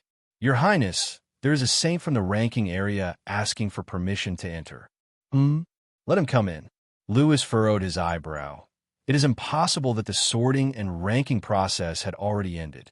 Seconds later, a middle-aged man entered, bowed towards Sage Louis. "Your Highness," a follower of the participant called Caesar from the Earl family of the Black Sun realm, came forward to hand in the tokens they collected, and when he reached this point, he found that the atmosphere around him had almost frozen.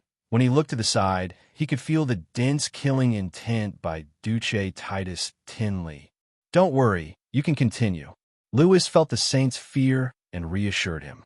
"Yes, Your Highness. He turned in 36 tokens, allegedly all for his team. We suspected it was stolen. As to how 3 little bastards at the 9th level could do something like this, so we decided to hold him.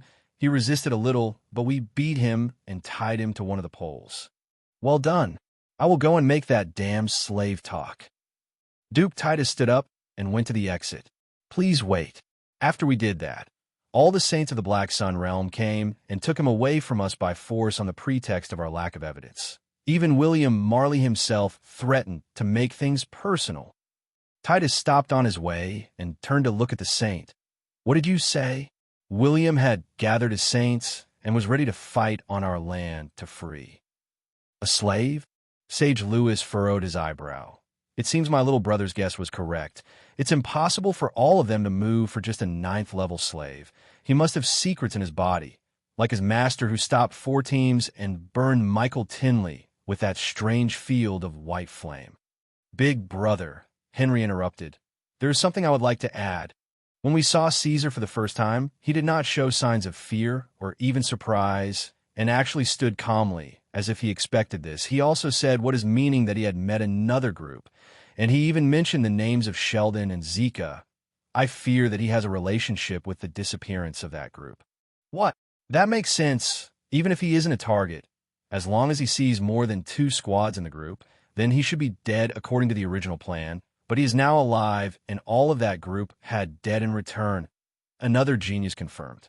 Is there any evidence that he did it? Lewis hurried and asked the one who spoke. No, Your Highness. We didn't find anything related to those 4 squads. They've just disappeared. And as according to what witnesses said, Caesar was not involved in the murder of Michael Tinley and his team either. We cannot officially link him to anything. Your Highness, I'm afraid we misjudged.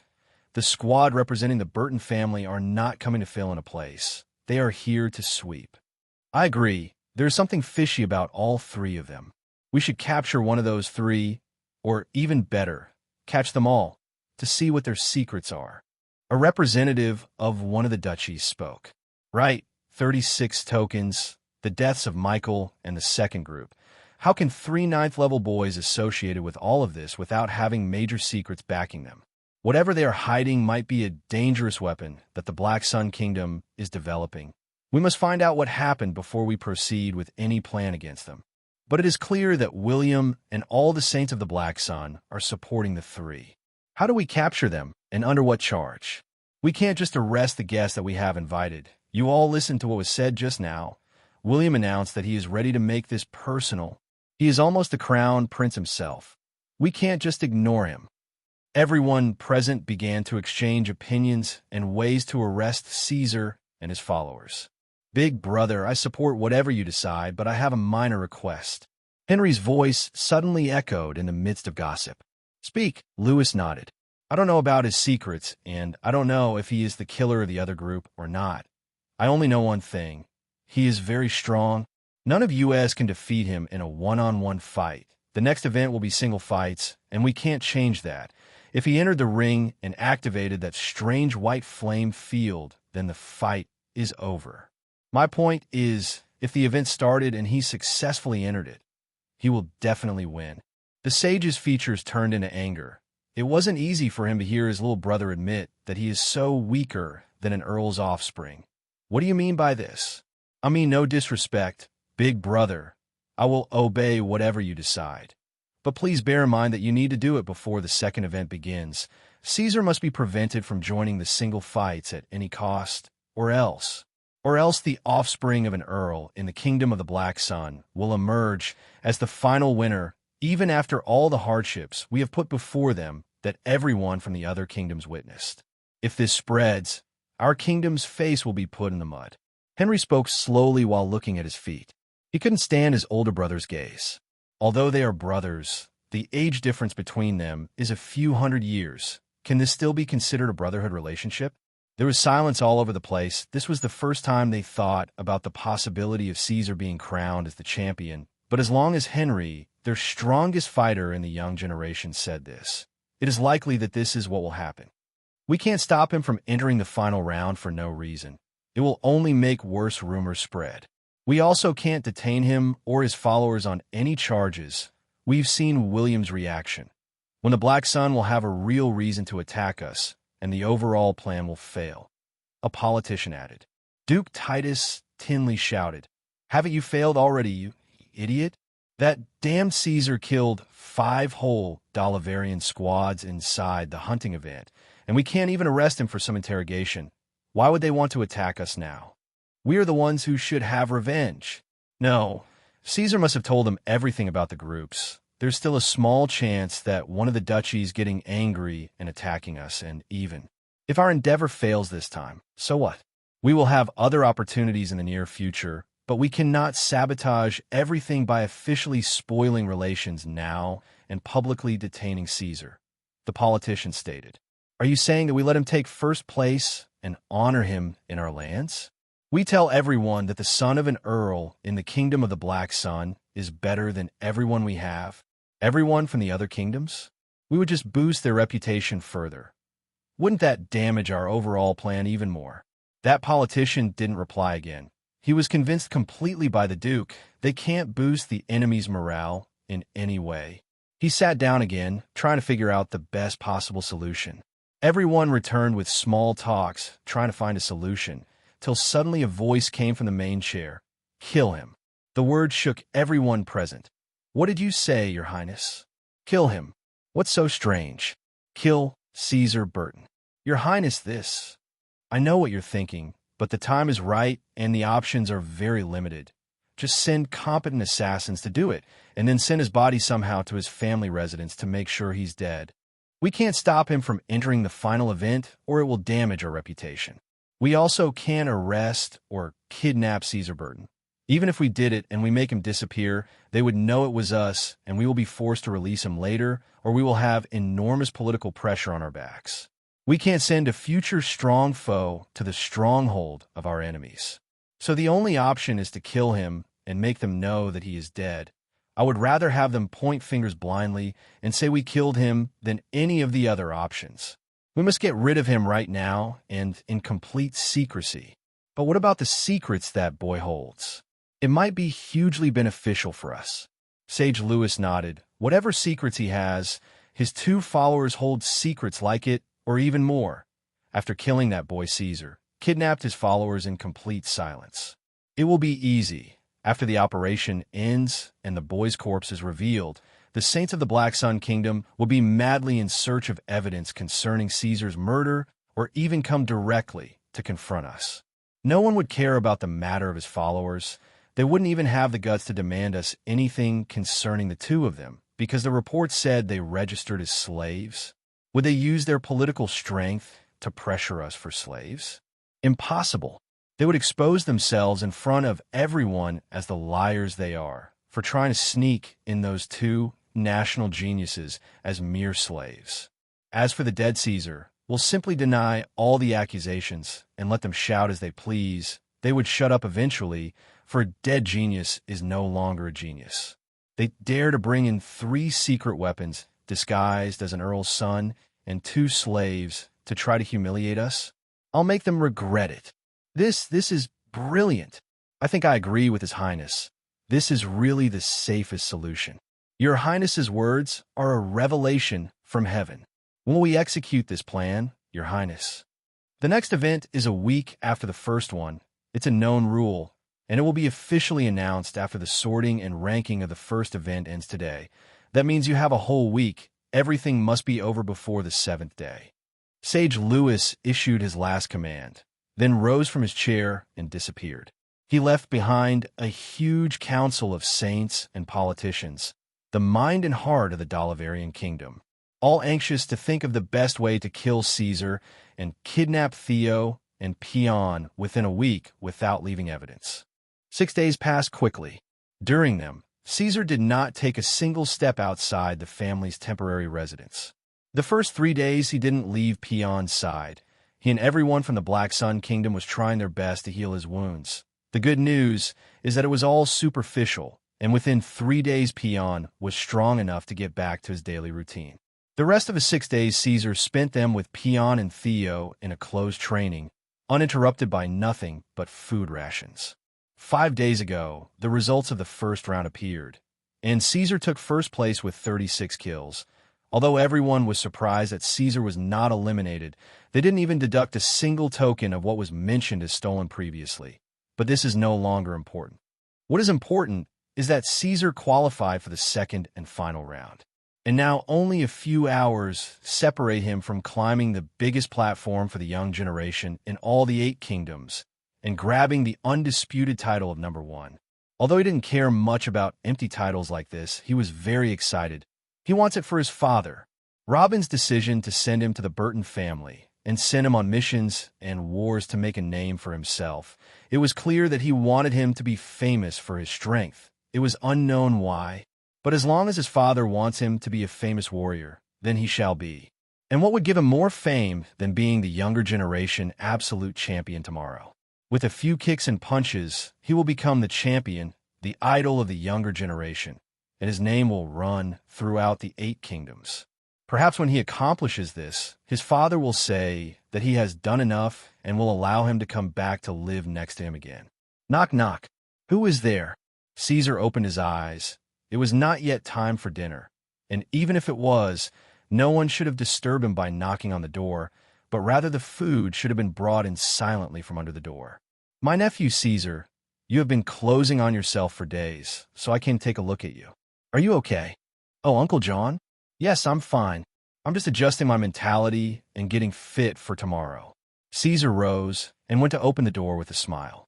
If anyone here other than Billy could talk so freely with Caesar, then it's undoubtedly John Burton, Robin's blood brother. Boy, are you serious? Do you really intend to stay in there until the fight? Yeah? What else would I do? John moved a step forward and reached out and gently hit Robin on the side of his head. You're already the champ once you get into that arena. You know this and I know this. Why do you keep yourself locked up all week? What do I do besides training? Caesar scratched his head. Come with me. Remember that restaurant we last visited? The food was delicious, but that bastard Michael Tinley blew it for us. Let's go there again. I doubt someone will try to mess with you again after the hunting event, haha. This wouldn't be good, would it? Why wouldn't it be? Brat, tomorrow might be our last day in this foreign kingdom. Do you really just gonna leave like this? Let's just walk around and find us a few pretty girls, haha. With your strength, some fooling around won't affect you negatively tomorrow, right? True, but what? Are you afraid of Dolliver's bastards? Don't worry. What might they do, for example? We'll move downtown in the most crowded place. Nobody will dare do anything to you. I think you're right. It wouldn't hurt to take one last look. Wait a second, I'll go tell Uncle Billy. Sure, you want to shut it down from the very beginning? If you tell him he'll refuse, or he might send one of those old men to ruin our fun, let's go both of us, and don't worry, I'll take responsibility when we get back. Oh, bring Theo and Peon too. They deserve a little picnic as well. John giggled. Okay, Uncle John, I'll do it for you this time, but you'll have to moderate for my sack if I ever pissed off my father, haha. After exchanging a few jokes and little laughs, Caesar went to the 2 rooms next to him to summon Peon and Theo. Then the 4 left in silence. Equals equals equals equals equals equals equals equals equals equals equals equals equals equals equals equals equals equals. The streets are still as crowded as they were before, no, even more. It's on the eve of the end of the tournament. Almost all the visitors from the other kingdoms were in the streets to fill their eyes of this foreign country before returning to their homes. Every 10 years, the tournament takes place in a different kingdom. As such, the tournament will return here 80 years later. That was a long time. Most of those present this time might not be able to return. Not just for Dolliver. Who knows when they will have another chance to leave their own kingdoms for anywhere else. The festive atmosphere, the pretty girls, and the cheerful laughter of the children made even Theo raise his lips a little and form a smile. What do you think, Caesar? You would have missed all this while sitting alone in your cramped room. Huh. The atmosphere is really refreshing. This was the first time he saw a festival of this size, and the participants in it from all kingdoms, with different cultures, costumes, and even different walks. Everything was a pleasure for the eyes. The 4 of them walked for about 2 hours in the streets, trying different games and sweets. Time flew by so fast, and no one noticed where they are until at last Peon stood still and looked around, then spoke. Young master, we are approaching the gate of the capital. Time to correct our direction. Oh, you're right, we've gone a long way. It's better we get back to the residence. But let's take another route to see what's left of the festival, replied Caesar with a smile after a quick scan to his surroundings. He is indeed having the time of his life. At this moment suddenly appeared a shadow dressed in black and stood in the way of Caesar and his company. Before Caesar could ask who he was, he felt tremendous pressure on his head. This pressure was coming from 5 different people, and all 5 were saints. The masked man who blocked their path, who happens to also be the strongest among the 5, took 2 steps forward. "Caesar Burton, don't be afraid. We want to exchange a few words with you. Come with us. After we tell you what we have, we'll leave immediately. Say what you have here." Caesar mustered his strength to say those words, but he knew full well that he couldn't scream even if he wanted to. The pressure on him was just too great. "No, it has to be in a private place. Come to the woods outside the city, and we'll talk. You can feel the rest of my comrades, right? Don't worry, we don't intend to kill you. If we did, we would do it now and escape. Do you think the 4 of you can survive any attack from one of us?" Caesar knew very well that escaping was impossible. If one of the 5 saints wanted to kill them, they would be considered dead. But he knew damn well that these guys weren't here for anything good. There are surely other reasons they want to take them outside for it. Maybe to imprison them or torture them to try to extract their techniques. No matter how it is, they wouldn't end up with a good ending. At this moment, John grabbed Caesar's sleeve in a hurry, then spoke in a fearful voice. "Please agree. They may be honest and leave us after they finish what they want to say. Who knows? Maybe it will benefit us somehow." Caesar snapped his teeth, but he knows that if he resists now, he is dead. If he tried to escape or even make a voice, he is dead. Actually, the worst thing in this situation is that they were already near the gate. Maybe if they were still in the city center, someone would have noticed and rescued them. But now, the safest solution is to follow them and buy time for himself until he finds a way to safely escape the situation with his comrades and his uncle. "Okay, we will do as you say. Good boy. Let's go then. Follow after me closely, and don't try to do any dirty trick. If one of you tries to escape or even changes his facial expression, I'll kill him." The masked man led the 4 towards the gate.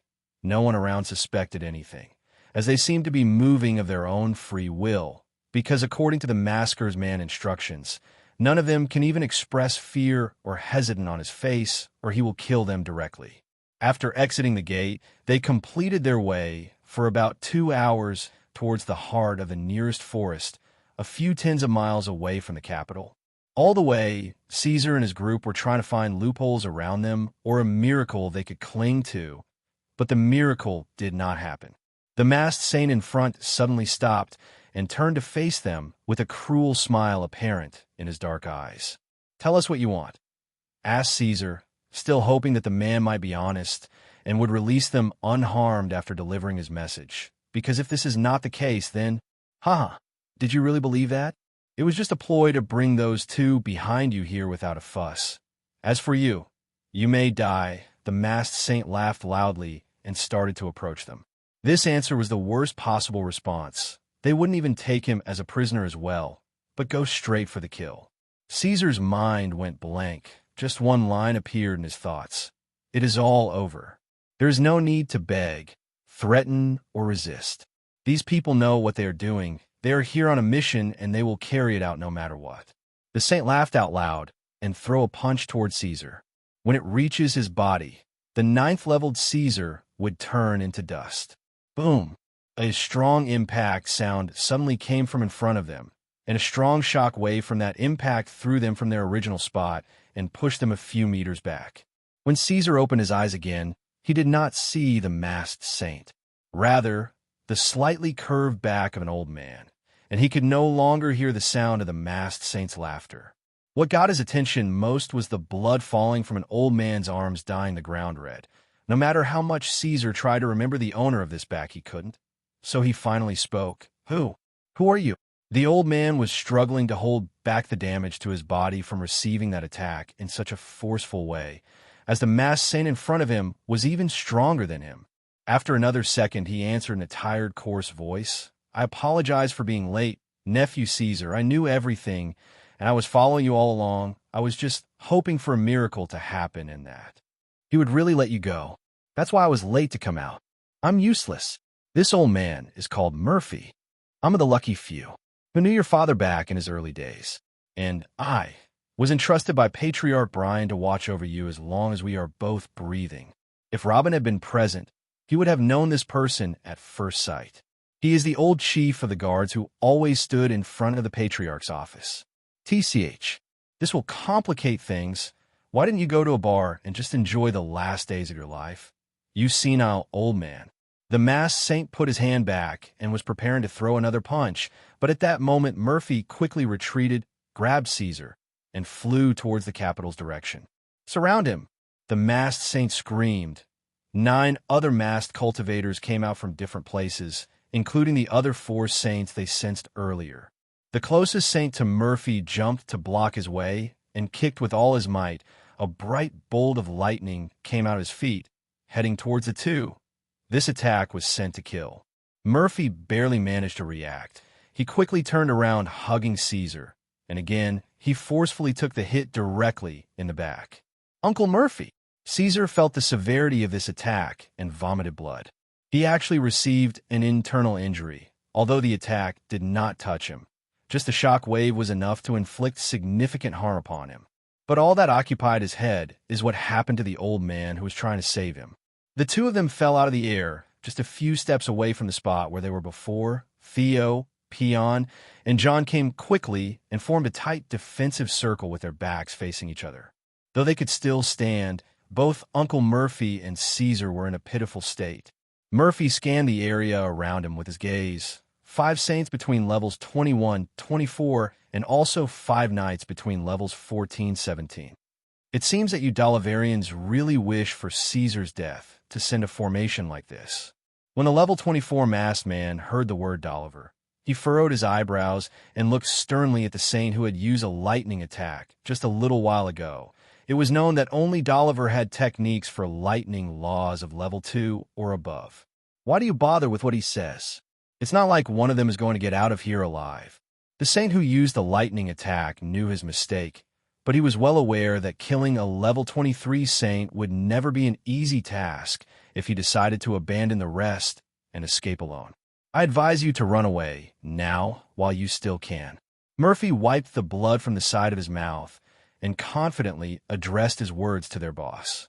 Haha, and why exactly that? I sent a distress call to the Burton family residence when I saw you in the market trying to lead the boys out. They're on the way. They might be here at any moment. Ha! Do you take me for a fool, old man? It's clear that you were following the boy alone. Who did you send? And if you had gone by yourself, you wouldn't have found your way here. Just give in and accept reality. Murphy's features turned very ugly upon hearing these words.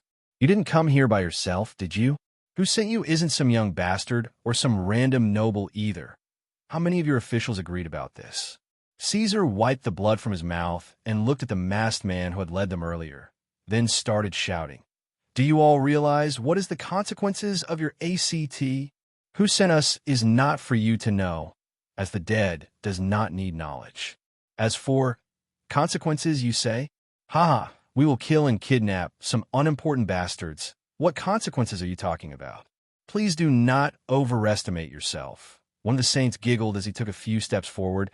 The 5 saints all began to advance to tighten the siege even more so that old Murphy wouldn't escape. Ha ha ha ha, you idiots! Indeed, the ignorant are in bliss. You all don't even understand the entity are you provoking. Caesar laughed in apparent anger.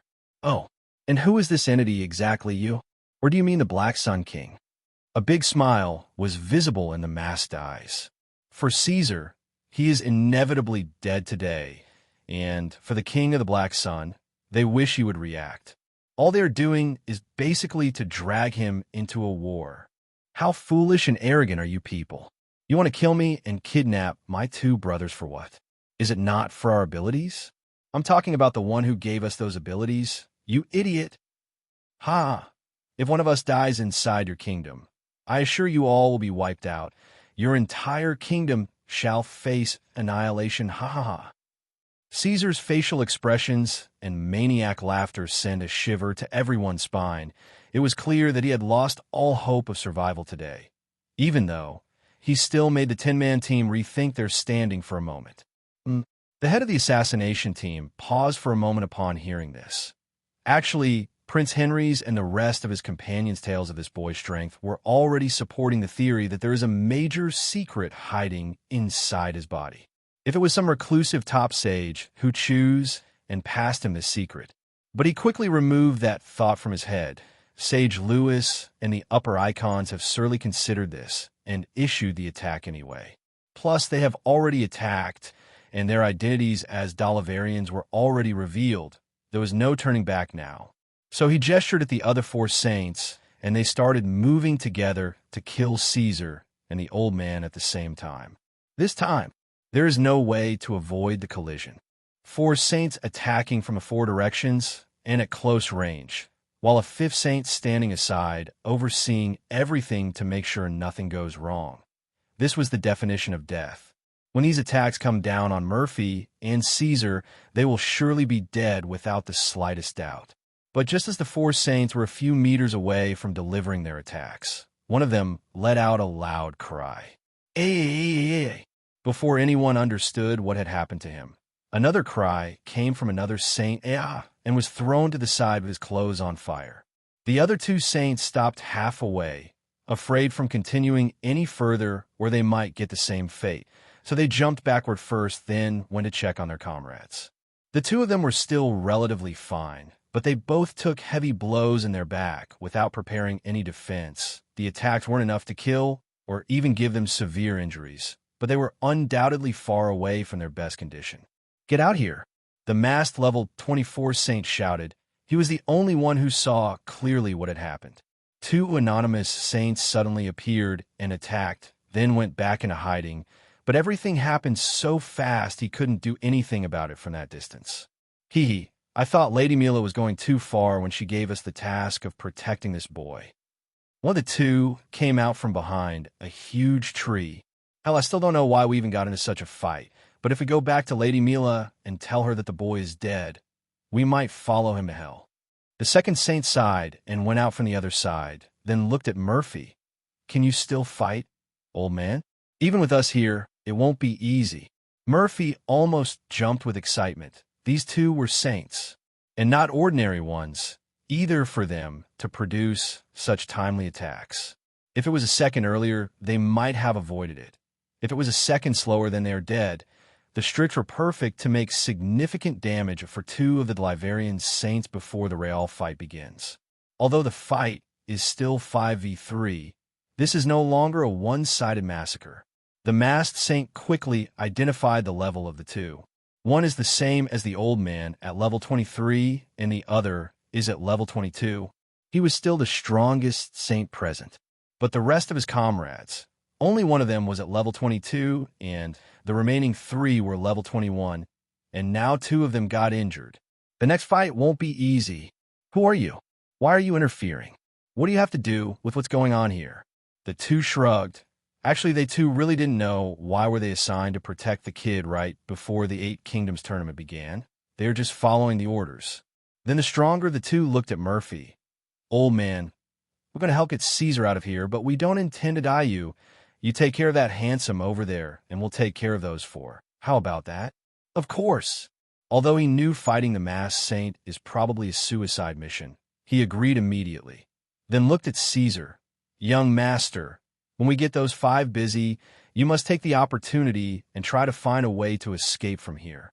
"Damn it, do you think we are bags of potatoes, old man?" A voice came from behind a saint. He was a 15th level knight. When the old man saw him, he sighed and shook his head. He had really forgotten about the 5 knights present. Caesar saw the despair in Murphy's eyes. He then took 2 steps forward and put his hand on Murphy's shoulder. "Don't worry, Uncle Murphy. If the saints are eliminated from the equation, then we'll get out of here. You just make sure you stay alive, too." 3 boys at the 9th level and only 1 knight at the 14th level want to escape from 5 knights between levels 14-17. Impossible. Murphy shook his head and sighed. "How I think everything will be revealed in a little while. I only hope that the heavens will look at the Burton family with Biddy today. Come on." Murphy then jumped towards the masked saint, jumped towards certain death. The rest of the saints also started their fight. On the 4 wanted to take the opportunity to attack Caesar and end the mission, but one of the 2 Bradleys stopped him. Even if it was a fight of 2v4, the 4 Dalivarians were barely keeping up due to the difference in level and also the fact that 2 of them are already badly injured. If one of them diverted his attention, then he or his partner might die without knowing how. As such, their battle ragged up quickly, and none of them tried to intervene with the kids anymore. They submitted that completely to the knights. While Caesar and his company remained in their tight defensive circle, watching the knights coming towards them. "Uncle John, can you fight one of them?" Caesar asked. John looked as if he got bitten by a sea cobra. He quickly replied, "Who do you think I am? I generally do some office work of the elders. How can I stand against those professional assassins?" "I thought so. Anyway, these people are here for me, Theo and Peon. I don't think they will attack you if you stay where you are while we try to escape. This will be in your best interest. This will be a temporary farewell. Take care of yourself, uncle." "What? No, no. Don't leave me alone here. Tell me, what are you going to do? Take me with you." "Sorry, uncle. You can't fight like a knight, nor escape like us. Believe me, it's better off you stay here. Let's go." After finishing the sentence, Caesar took out a talisman with a black circle drawn on it from his clothes. Peon understood what Caesar was going to do and imitated him. Then they both activated the seal at the same moment, followed by Theo activating his perfect invisibility feature as well. The three suddenly disappeared before everyone's eyes. "What's going on?" The smile on the face of the level 15 knight quickly turned in puzzlement. The only level 17 knight among them shouted suddenly and pointed towards the south. "There!" I don't know how they did it, but even I can only find out where they are by activating my spiritual senses to the fullest. "Follow me." Caesar looked behind him. That knight was pointing straight towards him. Among Theo, who had mastered this path, and Peon, who had the tremendous wind speed, he was still the most vulnerable target. But as he again looked in front of him and tried to increase his speed, he heard a cry coming from behind. "AH!" He quickly looked back again and found the level 17 knight standing stunned, looking down, or specifically, at the wide hole in the middle of his chest. He was dead, but the source of the scream was not him, but the old man Murphy. In order to kill the main threat chasing Caesar, he turned his back to his opponent for a moment to strike down the oblivious knight, but the masked saint took the chance and hit his back with all his might, causing him a severe injury, in addition to his previous injuries. He too can be considered a dead man by now. "Uncle Morphy!" Caesar stood and screamed loudly. Although he had never seen this person before, he felt that a close member of his family was dying in front of him. "Gio!" The old man managed to squeeze this shout out with all of what is left of his power. Caesar clenched his teeth and sped up again at full speed. "I can't let Uncle Murphy's sacrifice go to waste. What are you waiting for? Follow them." The three went through there, and there. Find a way to sense their presence, and don't think about arresting any of them. Kill them all. One of the four saints cried out and pointed out where Theo, Peon, and Caesar were. He was starting to have a strong panic attack. The day did not go according to their plan. Everything is falling apart in front of their eyes. Killing Caesar and capturing his two followers had already become impossible. Even if the knights managed to capture one of the three, the other two would escape. This is a disaster. But at least catching one of them will not make the operation a complete failure. As such, another one shouted, "And no, focus on one of them and catch him. Do not go back without one of the three. Concentrate with me, you filthy bitch, or I wouldn't mind taking a head or two tonight." A Bradley saint shouted as he attacked the saint who was giving instructions. "Damn it, what are you all doing? We have to capture those three." The masked saint finally got rid of the clingy old man, but he was still losing his temper. The technique the three boys used to disappear just now was really good. Even if he detected one of them and captured him, it would be hard to get to the other one, and impossible to catch up with the third. Theoretically, he should have had finished up the old man quickly and captured the three boys single-handedly. But though old Murphy wasn't nearly strong enough to be his rival, he had accepted the reality that he will die today, and as such his suicidal style made him hard to get rid of. But finally, he got the chance to give him the killing blow when the old man diverted his attention to trying to help Caesar and his company to escape. Even though he is still breathing, with a showing spine, a cut-off nose, and a body in tatters, it could be said that Murphy is already dead. He just refuses to draw the last breath yet. The shouting of the masked saint was useless. He himself knew it was useless. The other four saints are engaged in two strong fights, and none of them can leave the place. If one of them left his fight, then his partner will be killed, and then he will be chased after. Even if the masked saint tried to intervene in the fight, he would only waste time. By the time he helps his team win, Caesar and his followers would be long gone. Ha! Give up already. No one can reach. The three boys now. No one. Ha ha ha. Old man Morphy laughed out loud in a coarse voice. With every word he say, blood sprays from his mouth. He truly resembled a demon at this stage. Shut up. They're just 3 kids at the 9th level, and there are 4 knights between levels 14-16 are chasing them. Do you really think that they will survive today? You are just earning them a few extra seconds by dying, you old bastard. Boom. Hearing the sound of the explosion of power, all the fighting stopped for a moment. The features of Murphy and the 2 of the Bradley family turned extremely ugly. This was an all-out attack of a level 16 knight. Ha! It looks like one of the 3 mice got killed, didn't I tell you? There is no escape today for anyone here. Neither you saints nor those kids. Now let me go kill the other 2. The masked saint roared in laughter and got ready to speed up and start searching. Boom. The masked saint stopped midway.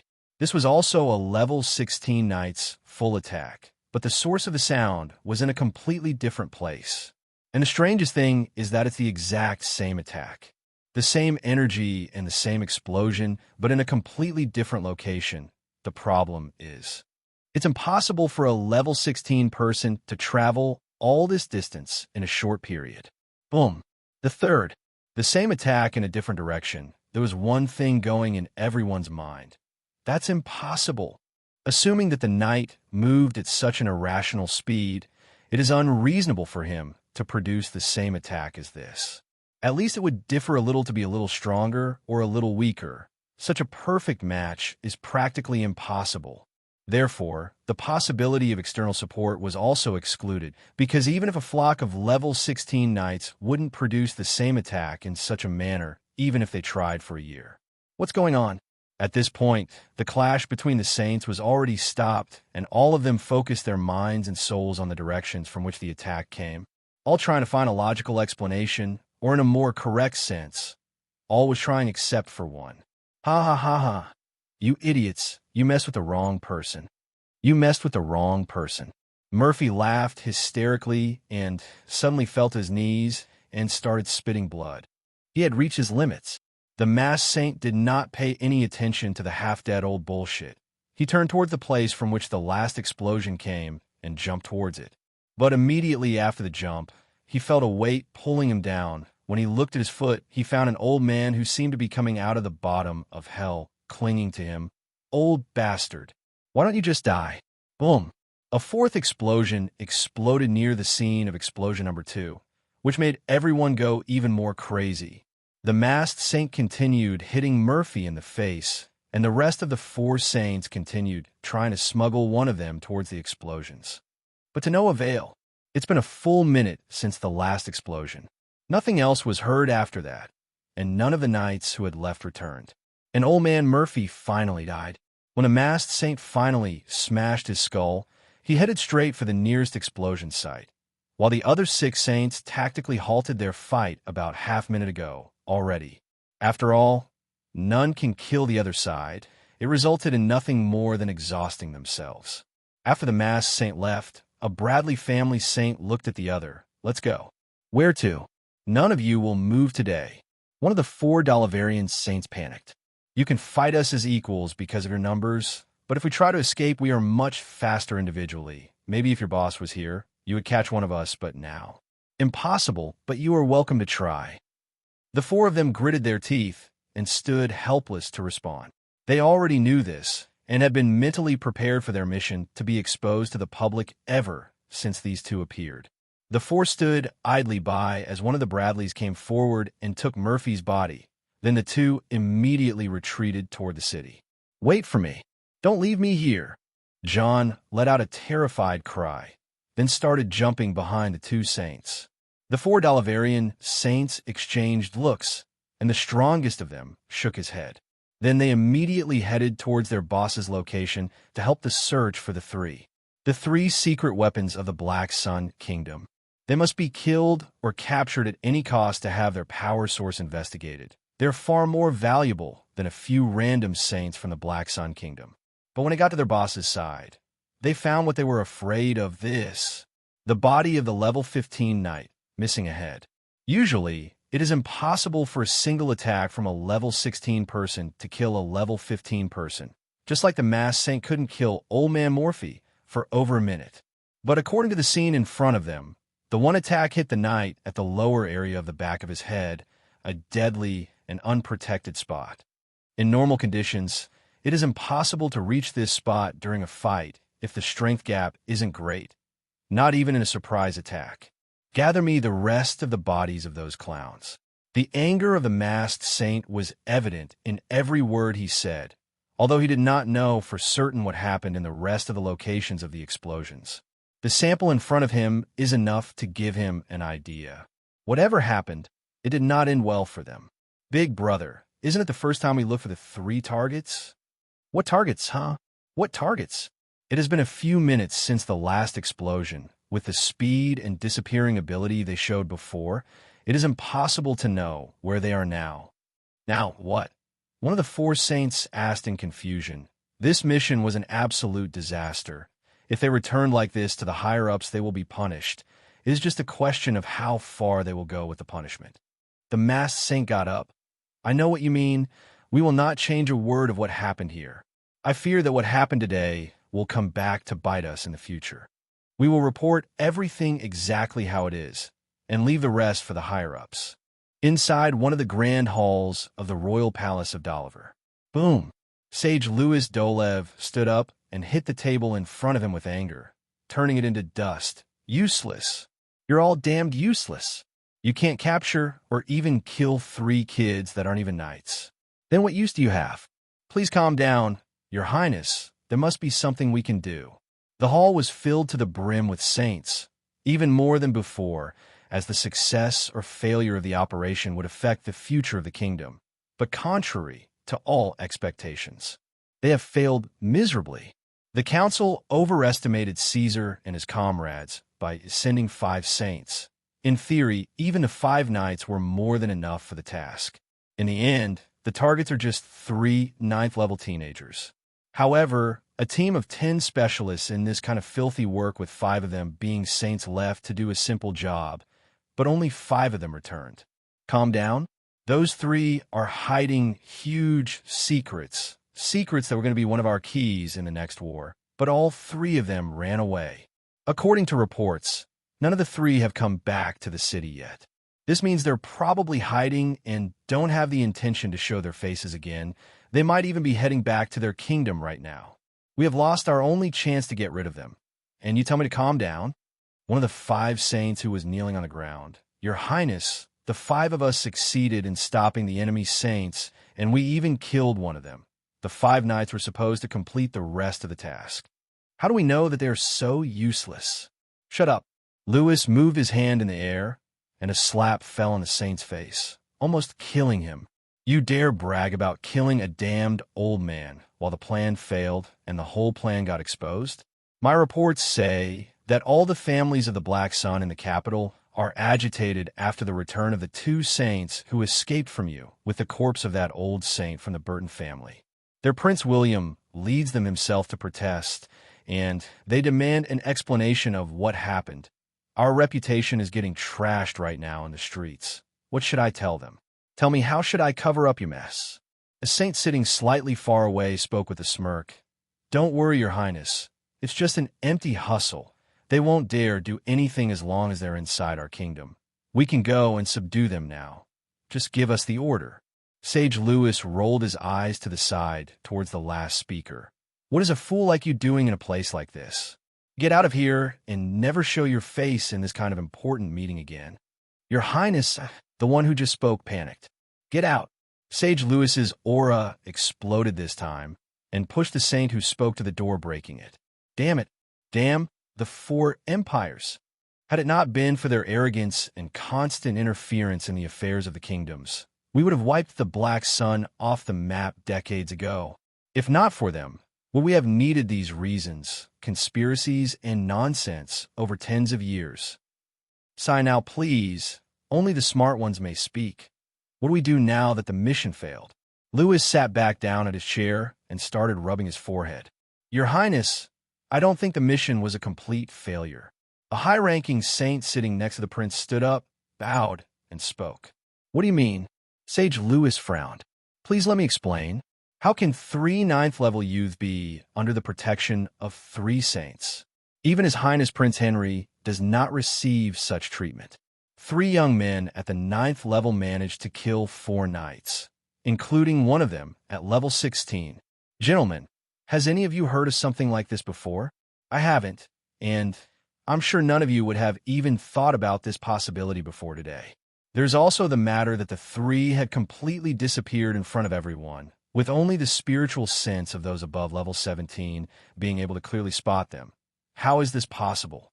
According to the words of the 5 saints, what was used to kill the knights was most likely a strange, explosive weapon that can explode with a power equal to a level 16 knight's full attack, which is also something we have never heard of before.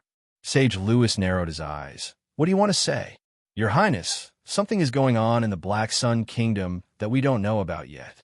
What happened today was a warning to us. We should wait a little longer and stop our plans for now until we realize what we're dealing with. Silence fell over the entire hall, and at last, Sage Lewis spoke again. Our allies will not like the delay anymore. We have been delaying for about 60 years now. Now that we just started raising the hostility level, we return to play nice again. I understand that fully, Your Highness. Our allies might get upset with this, but they will not like the defeat and the loss of their interests if we entered the war blindly either. They should be thankful to us that we extracted this information before it was too late. If those heavy explosive weapons and methods of disappearance suddenly appeared in a great battle between us, the consequences would have been dire. Fortunately, we have seen them now. But this also raises other questions. Why did the Black Sun Kingdom send those 3 with these incredible weapons now? Another saint intervened. I think this is clearer. Those 3 came to us to frighten us and make us cautious in our dealings with the Black Sun Kingdom. I bet these weapons aren't available at all in the Black Sun Kingdom. They are just samples, and they brought them here specifically to show them to us. If it didn't appear in the assassination attempt, they would have found another way to announce them. You may ask, why would I assume that? If these weapons were available with large enough numbers to threaten us and could be used in battle, they would have kept them to themselves as secret weapons and not have shown them in this obvious threatening way. So I think they were objects that are still being tested, but they wanted to show them now because of their fear of our constant provocations towards them in recent years. I agree with Brother Sully. Out of their fear, they want to frighten us. Yes, Sai, you both are making sense. What do we do about the Black Sun Kingdom's accusations now? Those 5 clowns have exposed us with lightning attacks, and we can no longer remain silent about the protests of Prince William and his entourage. Another saint stood and bowed. This is the easiest part, Your Highness. Let's simply say that the attackers are from the Tinley family, and they want to avenge Michael because they suspect that Caesar has something to do with his death. We could disclaim our responsibility and make it a personal feud between the Tinleys and the Burtons. I have no problem with this. Let me see if any of the Burton family worms dares to raise their voice against this Duke. Humph. Duke Titus Tinley stated. But don't forget that the 3 suspicious youths and deadly weapons come from the Burton family. Perhaps it wouldn't be a good idea to make a feud between them and the border duchy of the Tinleys. You are thinking too much, Your Highness. They're just a lowly Earl family. They're just a front. The Black Sun royal family sent these 3 youths and their weapons under the name of the Burton family so that they would frighten us even more, telling us that they could arm even the most wretched families with these techniques and weapons if they wanted. But the Burton family itself is a petty family that I can wipe out myself at any time with a spit. Titus replied again, completely rejecting the idea of giving any consideration to the Burton family. I'm with Duke Titus on this. The Burton family is just a cover. It would be all right to make this personal. Even the Black Sun royal family would like this solution. Louis Dolev nodded. Agreed then. Go now and announce Duke Tinley's responsibility for the attack. and then send a few spies to the Black Sun Kingdom to find out what the hell is going on there. We will freeze any provocations of the Black Sun Kingdom for a few more years until we have the full picture, and also increase the border guards between us and the Black Sun Kingdom as much as possible. Try to catch these three before they leave our kingdom. 3 weeks after the meeting of Sage Lewis and the Saints. Inside the Bradley Military Institution, House 208. After Robin's little talk with Zara, his life returned to normal somehow. He decided to help her research a good law for her. He stopped his cultivation and went back to the awesome world of researching, and soon got himself busy entering retreats in his room.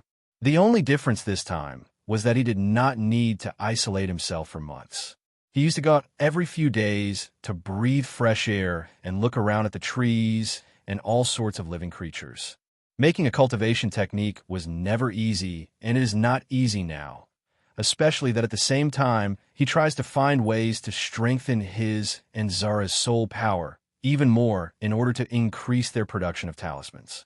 As every day, he gets nearer to the truth that the talismans are mostly based on the soul power alone, and that there must be a way to strengthen it without needing to break through in the cultivation system.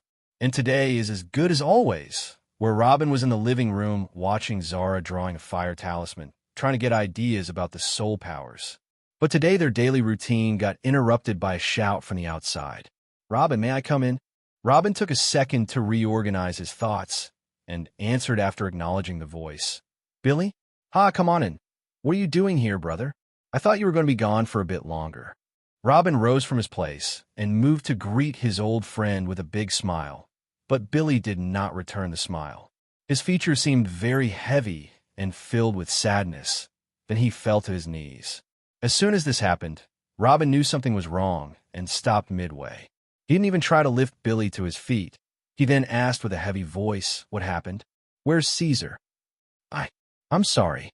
I failed your trust and could not fulfill my promise." A rare tear fell from Billy to the ground.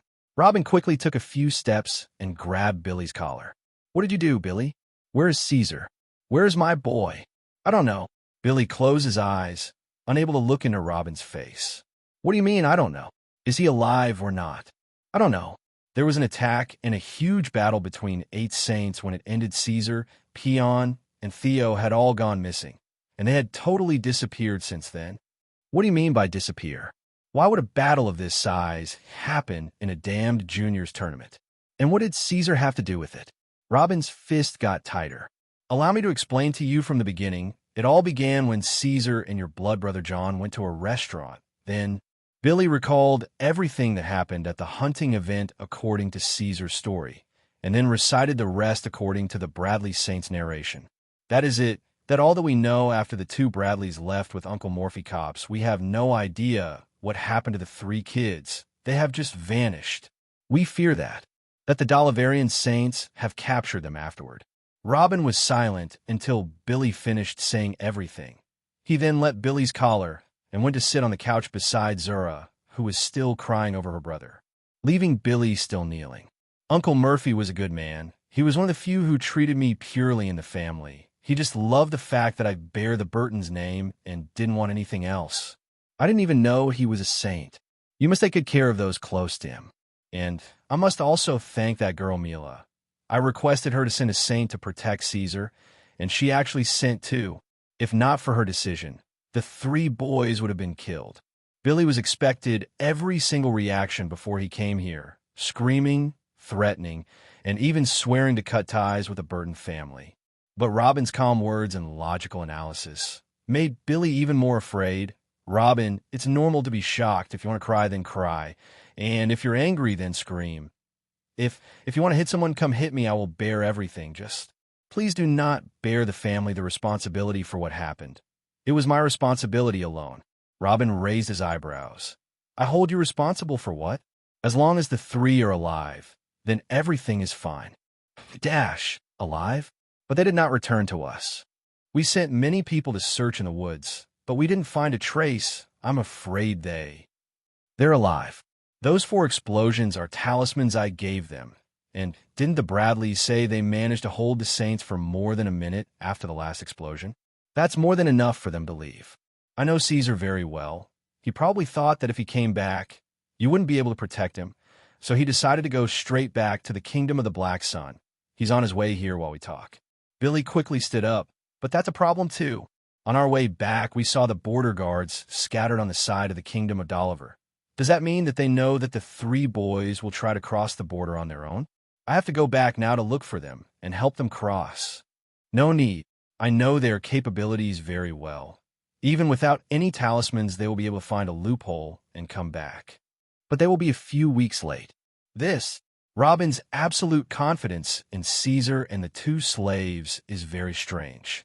Even if they were geniuses, they would still be 3 children against the Border Patrol Army, right? Let go of this now and focus with me.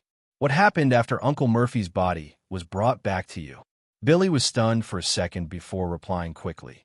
Prince William rose in anger and urged every single one of our kingdom to gather and march towards the Doliverian royal palace to demand an explanation. Then senior officials from Doliver came out and announced that Duke Tinley was the only one behind the accident, and that it is a personal grudge between the Duke and the Burton family, and no one should interfere between them. But His Highness the Prince was not convinced by their words and issued orders to withdraw all our expeditions and return immediately in protest to what happened, and everyone obeyed him. None of the Black Sun Kingdom participated in the last event of the tournament. And on top of that, before we go, he ordered us to spread unofficial rumors to the expeditions of the rest of the kingdoms and to the Doliverian capital as a whole that the kingdom of Doliver wanted to kill Caesar inside the hunting event, and they failed. So he responded by killing 5 entire squads of them. And they are now trying to make up for their mistake by assassinating him by a team of saints before individual confrontations, in which they also failed and killed an old saint instead.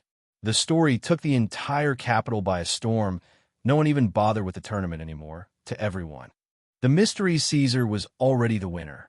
Robin raised his eyebrows and talked in a low voice. He put the kingdom of Doliver in an awkward position by mass withdrawal, and then put them in a weak position by having failed to assassinate Caesar twice. What a character this Prince William is. I'd love to meet him one day. Billy nodded. He's really a genius. We should expect that from someone vying for the king's throne. Brother, what do we do now? A cruel smile appeared on Robin's face. They wanted to kill my son twice. They even hit my peon and humiliated him in front of hundreds of people. What do you think I'll do? Robin, I don't like what you're saying. The one who took responsibility for the attack is a duke from another kingdom. A duke? And what if it's a duke? These talismans have to be tested on someone eventually, or else why did I make them in the first place? To decorate your room? If not used now, then what am I tiring myself for? My kid is wrestling dangers right now to preserve his life. If it was a fair fight he lost, I wouldn't have interfered, but a kingdom bullying him? They need my permission first. They want it to be a personal feud between the Duchy of Tinley and the Burton family, with no one intervening. Let's see if they can bear the consequences of their choice. Billy stood there dumbfounded. Every time he opens his mouth to say something, he ended up closing it again. There is no response. Robin was hinting at attacking the Tinley Duchy, the most powerful duchy in Doliver. The duchy that stopped the advance of the Black Sun Kingdom a few times over hundreds of years without losing an inch of their land. Finally, after a few seconds, Billy spoke. Robin, we lost a lot of the Burton family's troops in the campaign to reclaim our lands 10 years ago. Our standing army is exhausted and our treasury is almost empty. We can't just send them to die because you dash. Shoo, no need for more talk. Summon Patriarch Brian for me. I want to see him here as soon as possible. Robin, you can't act like that. It's the Patriarch, a level 25 saint. At least let me take you there. Billy, don't try to fill my head with nonsense. If he doesn't come in a week, I will make my move without him. And also, keep that John Burton in jail till I find some free time to deal with him. Robin cut short his words, then stood up and went to his room. Billy stood for a few seconds looking at Robin's room, but at last he sighed and headed toward the Burton family lands to tell the Patriarch what had just been said. After another 3 days, the expedition of the Bradley family returned home, It turned out that Billy left the Burton expedition at the border and came at top speed to confess to Robin about what happened. A few minutes after their arrival, Mila hurriedly came to see Robin, telling him of the unfortunate incident. But his response was, "I know. Soon I'll come to see your father to talk about something big. Tell him what happened so he'll have an idea of our words." Then he entered his room again and closed the door. After 2 more days, "Hey, Robin, I came to meet you as you asked." A faint voice entered Robin's ear while he was in the meditating position on his bed. He quickly opened his eyes and looked at his side, smiling. "Welcome, welcome. Have you not heard of something called knocking on the door, patriarch?" "Excuse me, for I'm in no mood to knock on doors when I'm forced to leave my business and blindly travel such a distance. What do you want, Robin?" The patriarch appeared with Billy behind him in Robin's room. Robin didn't reply again, but stood up, put on his cloak, then went to the door of the room. When he was about to leave, he turned to face the patriarch and Billy. "Are you coming or not?" Then he made his way outside. The two of them looked at each other, then decided to follow Robin. After a few minutes of walking, Billy couldn't bear it anymore. "Robin, how long are you going to drag us behind you without saying anything?" "Everything will be said in our meeting with Duke Galen Bradley," Robin replied as he continued his course. Galen Bradley? The name came down like a thunderbolt on the two of them. Those of the Burton family level couldn't see people like Galen and have a meeting with him. The relationship between an earl and a duke is a second or third degree subordination. Even though the Burtons are subjected to the Alton Duchy, they still have to bow down when they see someone like Galen. The patriarch couldn't help but ask, "Robin, does the Duke know what you're saying? You are a nephew and a friend for us, so we tolerate your arrogance. That does not mean that someone like Duke Galen will tolerate you as well." Robin chuckled in a low voice when he heard this, but didn't reply and continued his way until he reached the ducal palace. The chief guard bowed slightly when he saw them. "Young Sir Robin, His Highness the Duke, has informed us of the possibility of your coming and instructed for you to enter directly. Please go ahead." Patriarch Brian and Billy looked at each other in astonishment. Robin's strong relationship with the Bradley family was not hidden after saints appeared to defend Caesar, but this. The three of them continued walking behind the guard until they came to a large hall in which a middle-aged, burly person was sitting. "Ha, nephew Robin, I was starting to wonder if you were coming at all." Earl Brian. Brian and Billy took 2 steps forward and bowed lightly. "We salute your highness, Duke Galen." "There's no need for formalities. You all can sit down." Galen gestured to the seats in front of him. At this moment, Mila also entered and sat next to her father, then directed her words to Robin. "I heard that you came, at last, so I came to see what you have." Galen and Mila Bradley, Brian and Billy Burton, the 4 of them now looking in the direction of Robin, waiting for the reason for the gathering today. Robin smiled a big smile and declared, "Gentlemen and lady, I have gathered you today to talk about declaring war on the Duchy of Tinley of the Kingdom of Dolliver." Everyone looked at each other in surprise. Then Galen's eyes settled on Robin again. "Is that some kind of joke?" "I'm 100% sane. It is clear that Dolliver wants a war, and I, a good-hearted person, decided that I would give them what they want."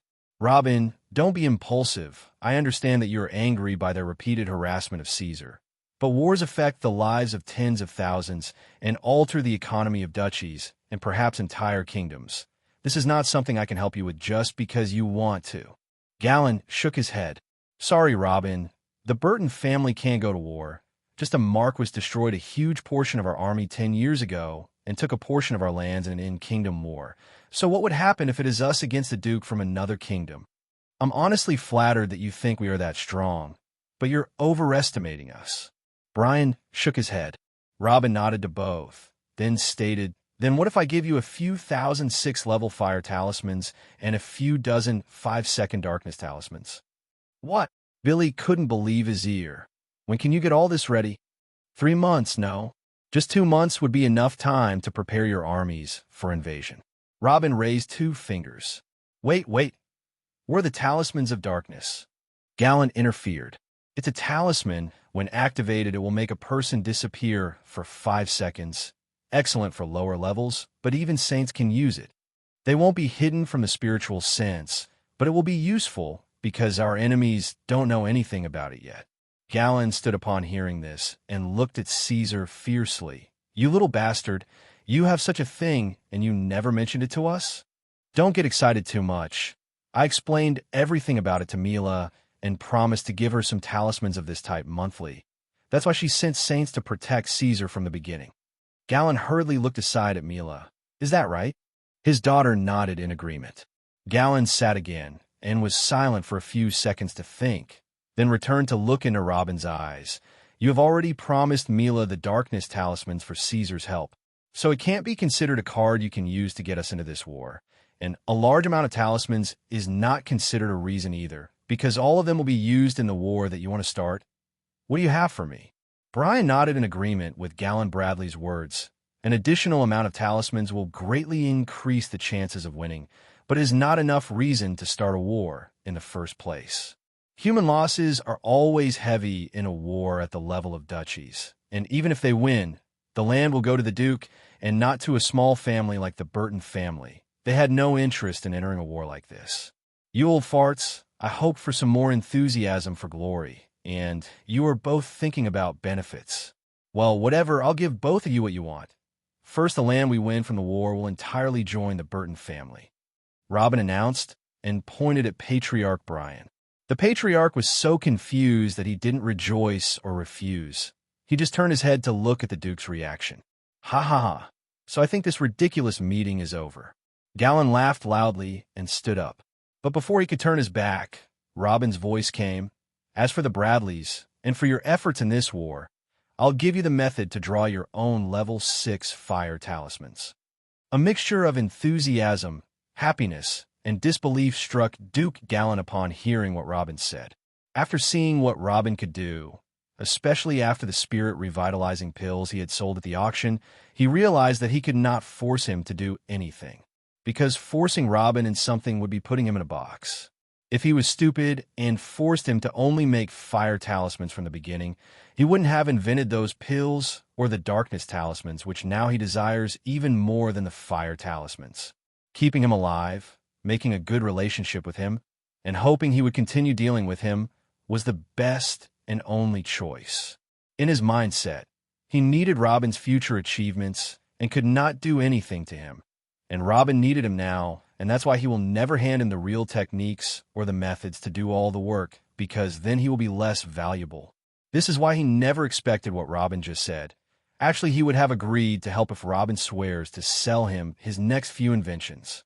Jellon tried to hide his mixed feelings and looked at Robin with bright eyes. "Robin, these things can't be joked about. And I'm not going to joke about important matters like this. Help me conquer Dolliver, and you'll have a level 6 fire talismans manufacturing plant for you alone." Jellon sat down again, leaned his back on a chair with his palm on his forehead. "You really know how to raise interest in others. You promised me the strength I want, and the Burton family, you promised them the lands they have coveted for thousands of years. But what about you? What will you gain from this war? How? For a wise genius like you to be led to war because someone angered his son? Don't get me wrong, it is kind of pathetic. Secondly, Prince William told all the duchies, and especially the border duchies with Dolliver, Stanley, Alton, Everin, that the kingdom of Dolliver seeks a great war for a reason, and that we must not fall into their snares until the intelligence department discovers the reason for their actions. I wonder how he will react when he sees me leading a war against them after his warning, while taking an Earl family with me. Your first question has 2 answers. The easiest of them is that those bastards want to kill my son, so I will simply kill a few tens of thousands of them. I'm not some wise god. How can I have enough strength and watch those I care about getting bullied and do nothing? So what is the point of everything I do then? But honestly, this is one part of the truth. This leads us towards the harder answer. And in order to establish this fact and for all, and do not to ask me about other reasons later, let me answer the first question with a question, Your Highness Galen.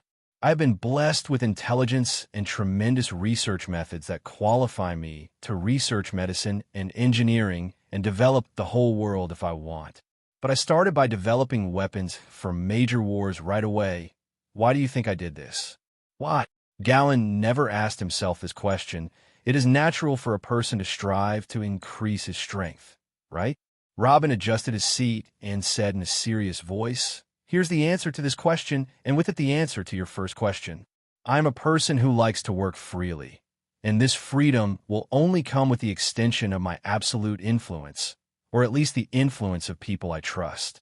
For example, as long as the Duchy of Bradley is under your control, and you can be considered a valuable ally to me, I will provide you with arms and support to defend and expand your duchy further. I can't just give strangers things that strengthen their armies and elevate their status, and then they use it against me if a conflict of interest rises. Don't you agree? My previous inventions got me a safe sphere in the Burtons and the Bradleys territory, and I think it's a good time to increase this sphere a little. I will not lie to you, Duke Gallen. I've been thinking for a while where to start expanding my sphere of influence. Duke Tinley of Dolliver presented himself to me on a golden plate. And here I am telling you that the Tinleys will not be the last. Their Duke just sped up the process a little. It's just the beginning. My ambitions are much further than that. Mila couldn't hold herself more and interfered. Why are you trying to hide the truth by talking about freedom and revenge then? You're just thirsty for greatness. You want to stand on top of the world and write legends about you and for poets to sing your name, don't you? Ah, who knows? Maybe I am. Does that bother you so much, Auntie Mila? Robin laughed out loud. Oomph. As long as you don't forget that we are allies, I'm happy. Mila raised her shoulders and went back to silence. Good. As for your second question, Mr. Gallen, if you were asked why you broke the recommendation and joined the Burton family in the attack, tell them that Caesar was the disciple of the one who gave you the talismans, and that he was enraged that they tried to kill his disciple, and you're trying to reduce his anger so as not to lose his support for the Black Sun Kingdom. Just make up some bullshit. It will not be difficult for you. You're used to politics. After a couple of seconds, Gallen finally spoke. All right, I will join in. In 10 months, I will get enough men and dash. What 8 months? No. Duke Gallen, that wouldn't work. The march must start 2 months from now. Robin shook his head repeatedly. Gallen shouted angrily, What 2 months? This is invading another kingdom. I must gather at least 150,000 soldiers. I need time to gather, equip, and train such an additional huge army. Then give me some of your already standing armies. I don't need 150,000 soldiers. A small army with the assistant of my talismans will be enough. Earl Brian hurriedly joined in. Robin, Duke Gallen is right. This is invading another kingdom. Sometimes such wars takes decades to arrange. Give us enough time to dash. They must be punished. A moment of silence fell over the place. The sight of the normally calm Robin shouting his lungs out, his eyes turning red and furiously gasping for air, was very astonishing. Robin quickly readjusted himself and continued. 2 months are already a test for my patience. I can wait no more than those. Agree or not is up to you. Everyone present had the same though watching this. It seems that even with his logical and ambitious speech, this guy wants revenge more than anything else. Will you give us those level 16 talismans you gave Caesar? Mila asked. No, they can't be mass-produced. You will have the level 6 fire talismans and the 5's darkness talismans. After a couple of seconds of thinking, Gallen was the first to break the silence. All right, I'm in. But I can only share a quarter of my standing army, because I have my own burning border with the lying water kingdom too, and can't leave the duchy undefended. Even though, I will send the elites with you. The total number of what I will share will be 30,000 soldiers, 500 knights at levels between 11, 20, and 10 saints, with the one leading them will be my cousin and my #1 general. Patriarch Brian spoke as well, so we will also participate. But as I already said, my army is screwed. We don't have enough money to maintain a large army.